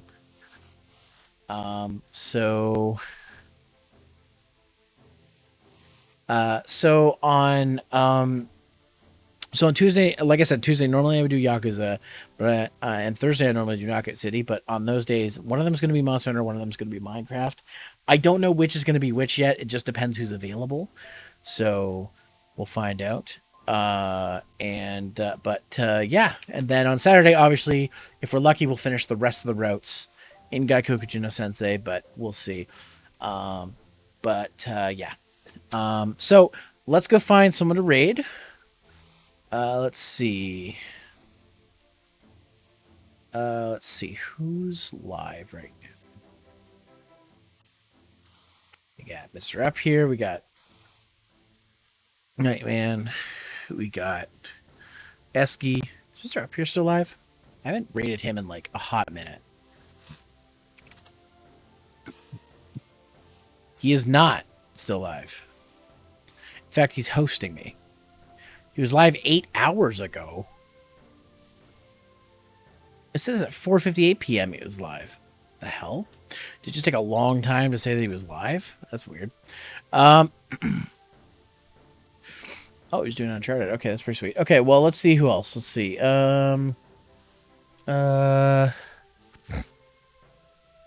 Let's see. Let's take a look at my list.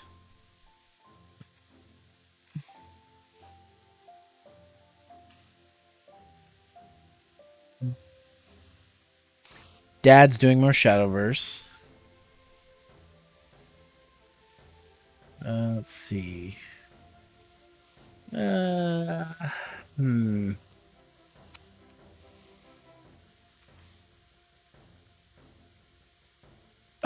see. Oh, Kelby's live. And so is Sakura. You know what? Haven't rated Kelby in a hot minute. Let's go ahead and rate. Let's rate Kelby. Literally has been a hot minute since I rated Kelby. Oh God. It's giving me an ad.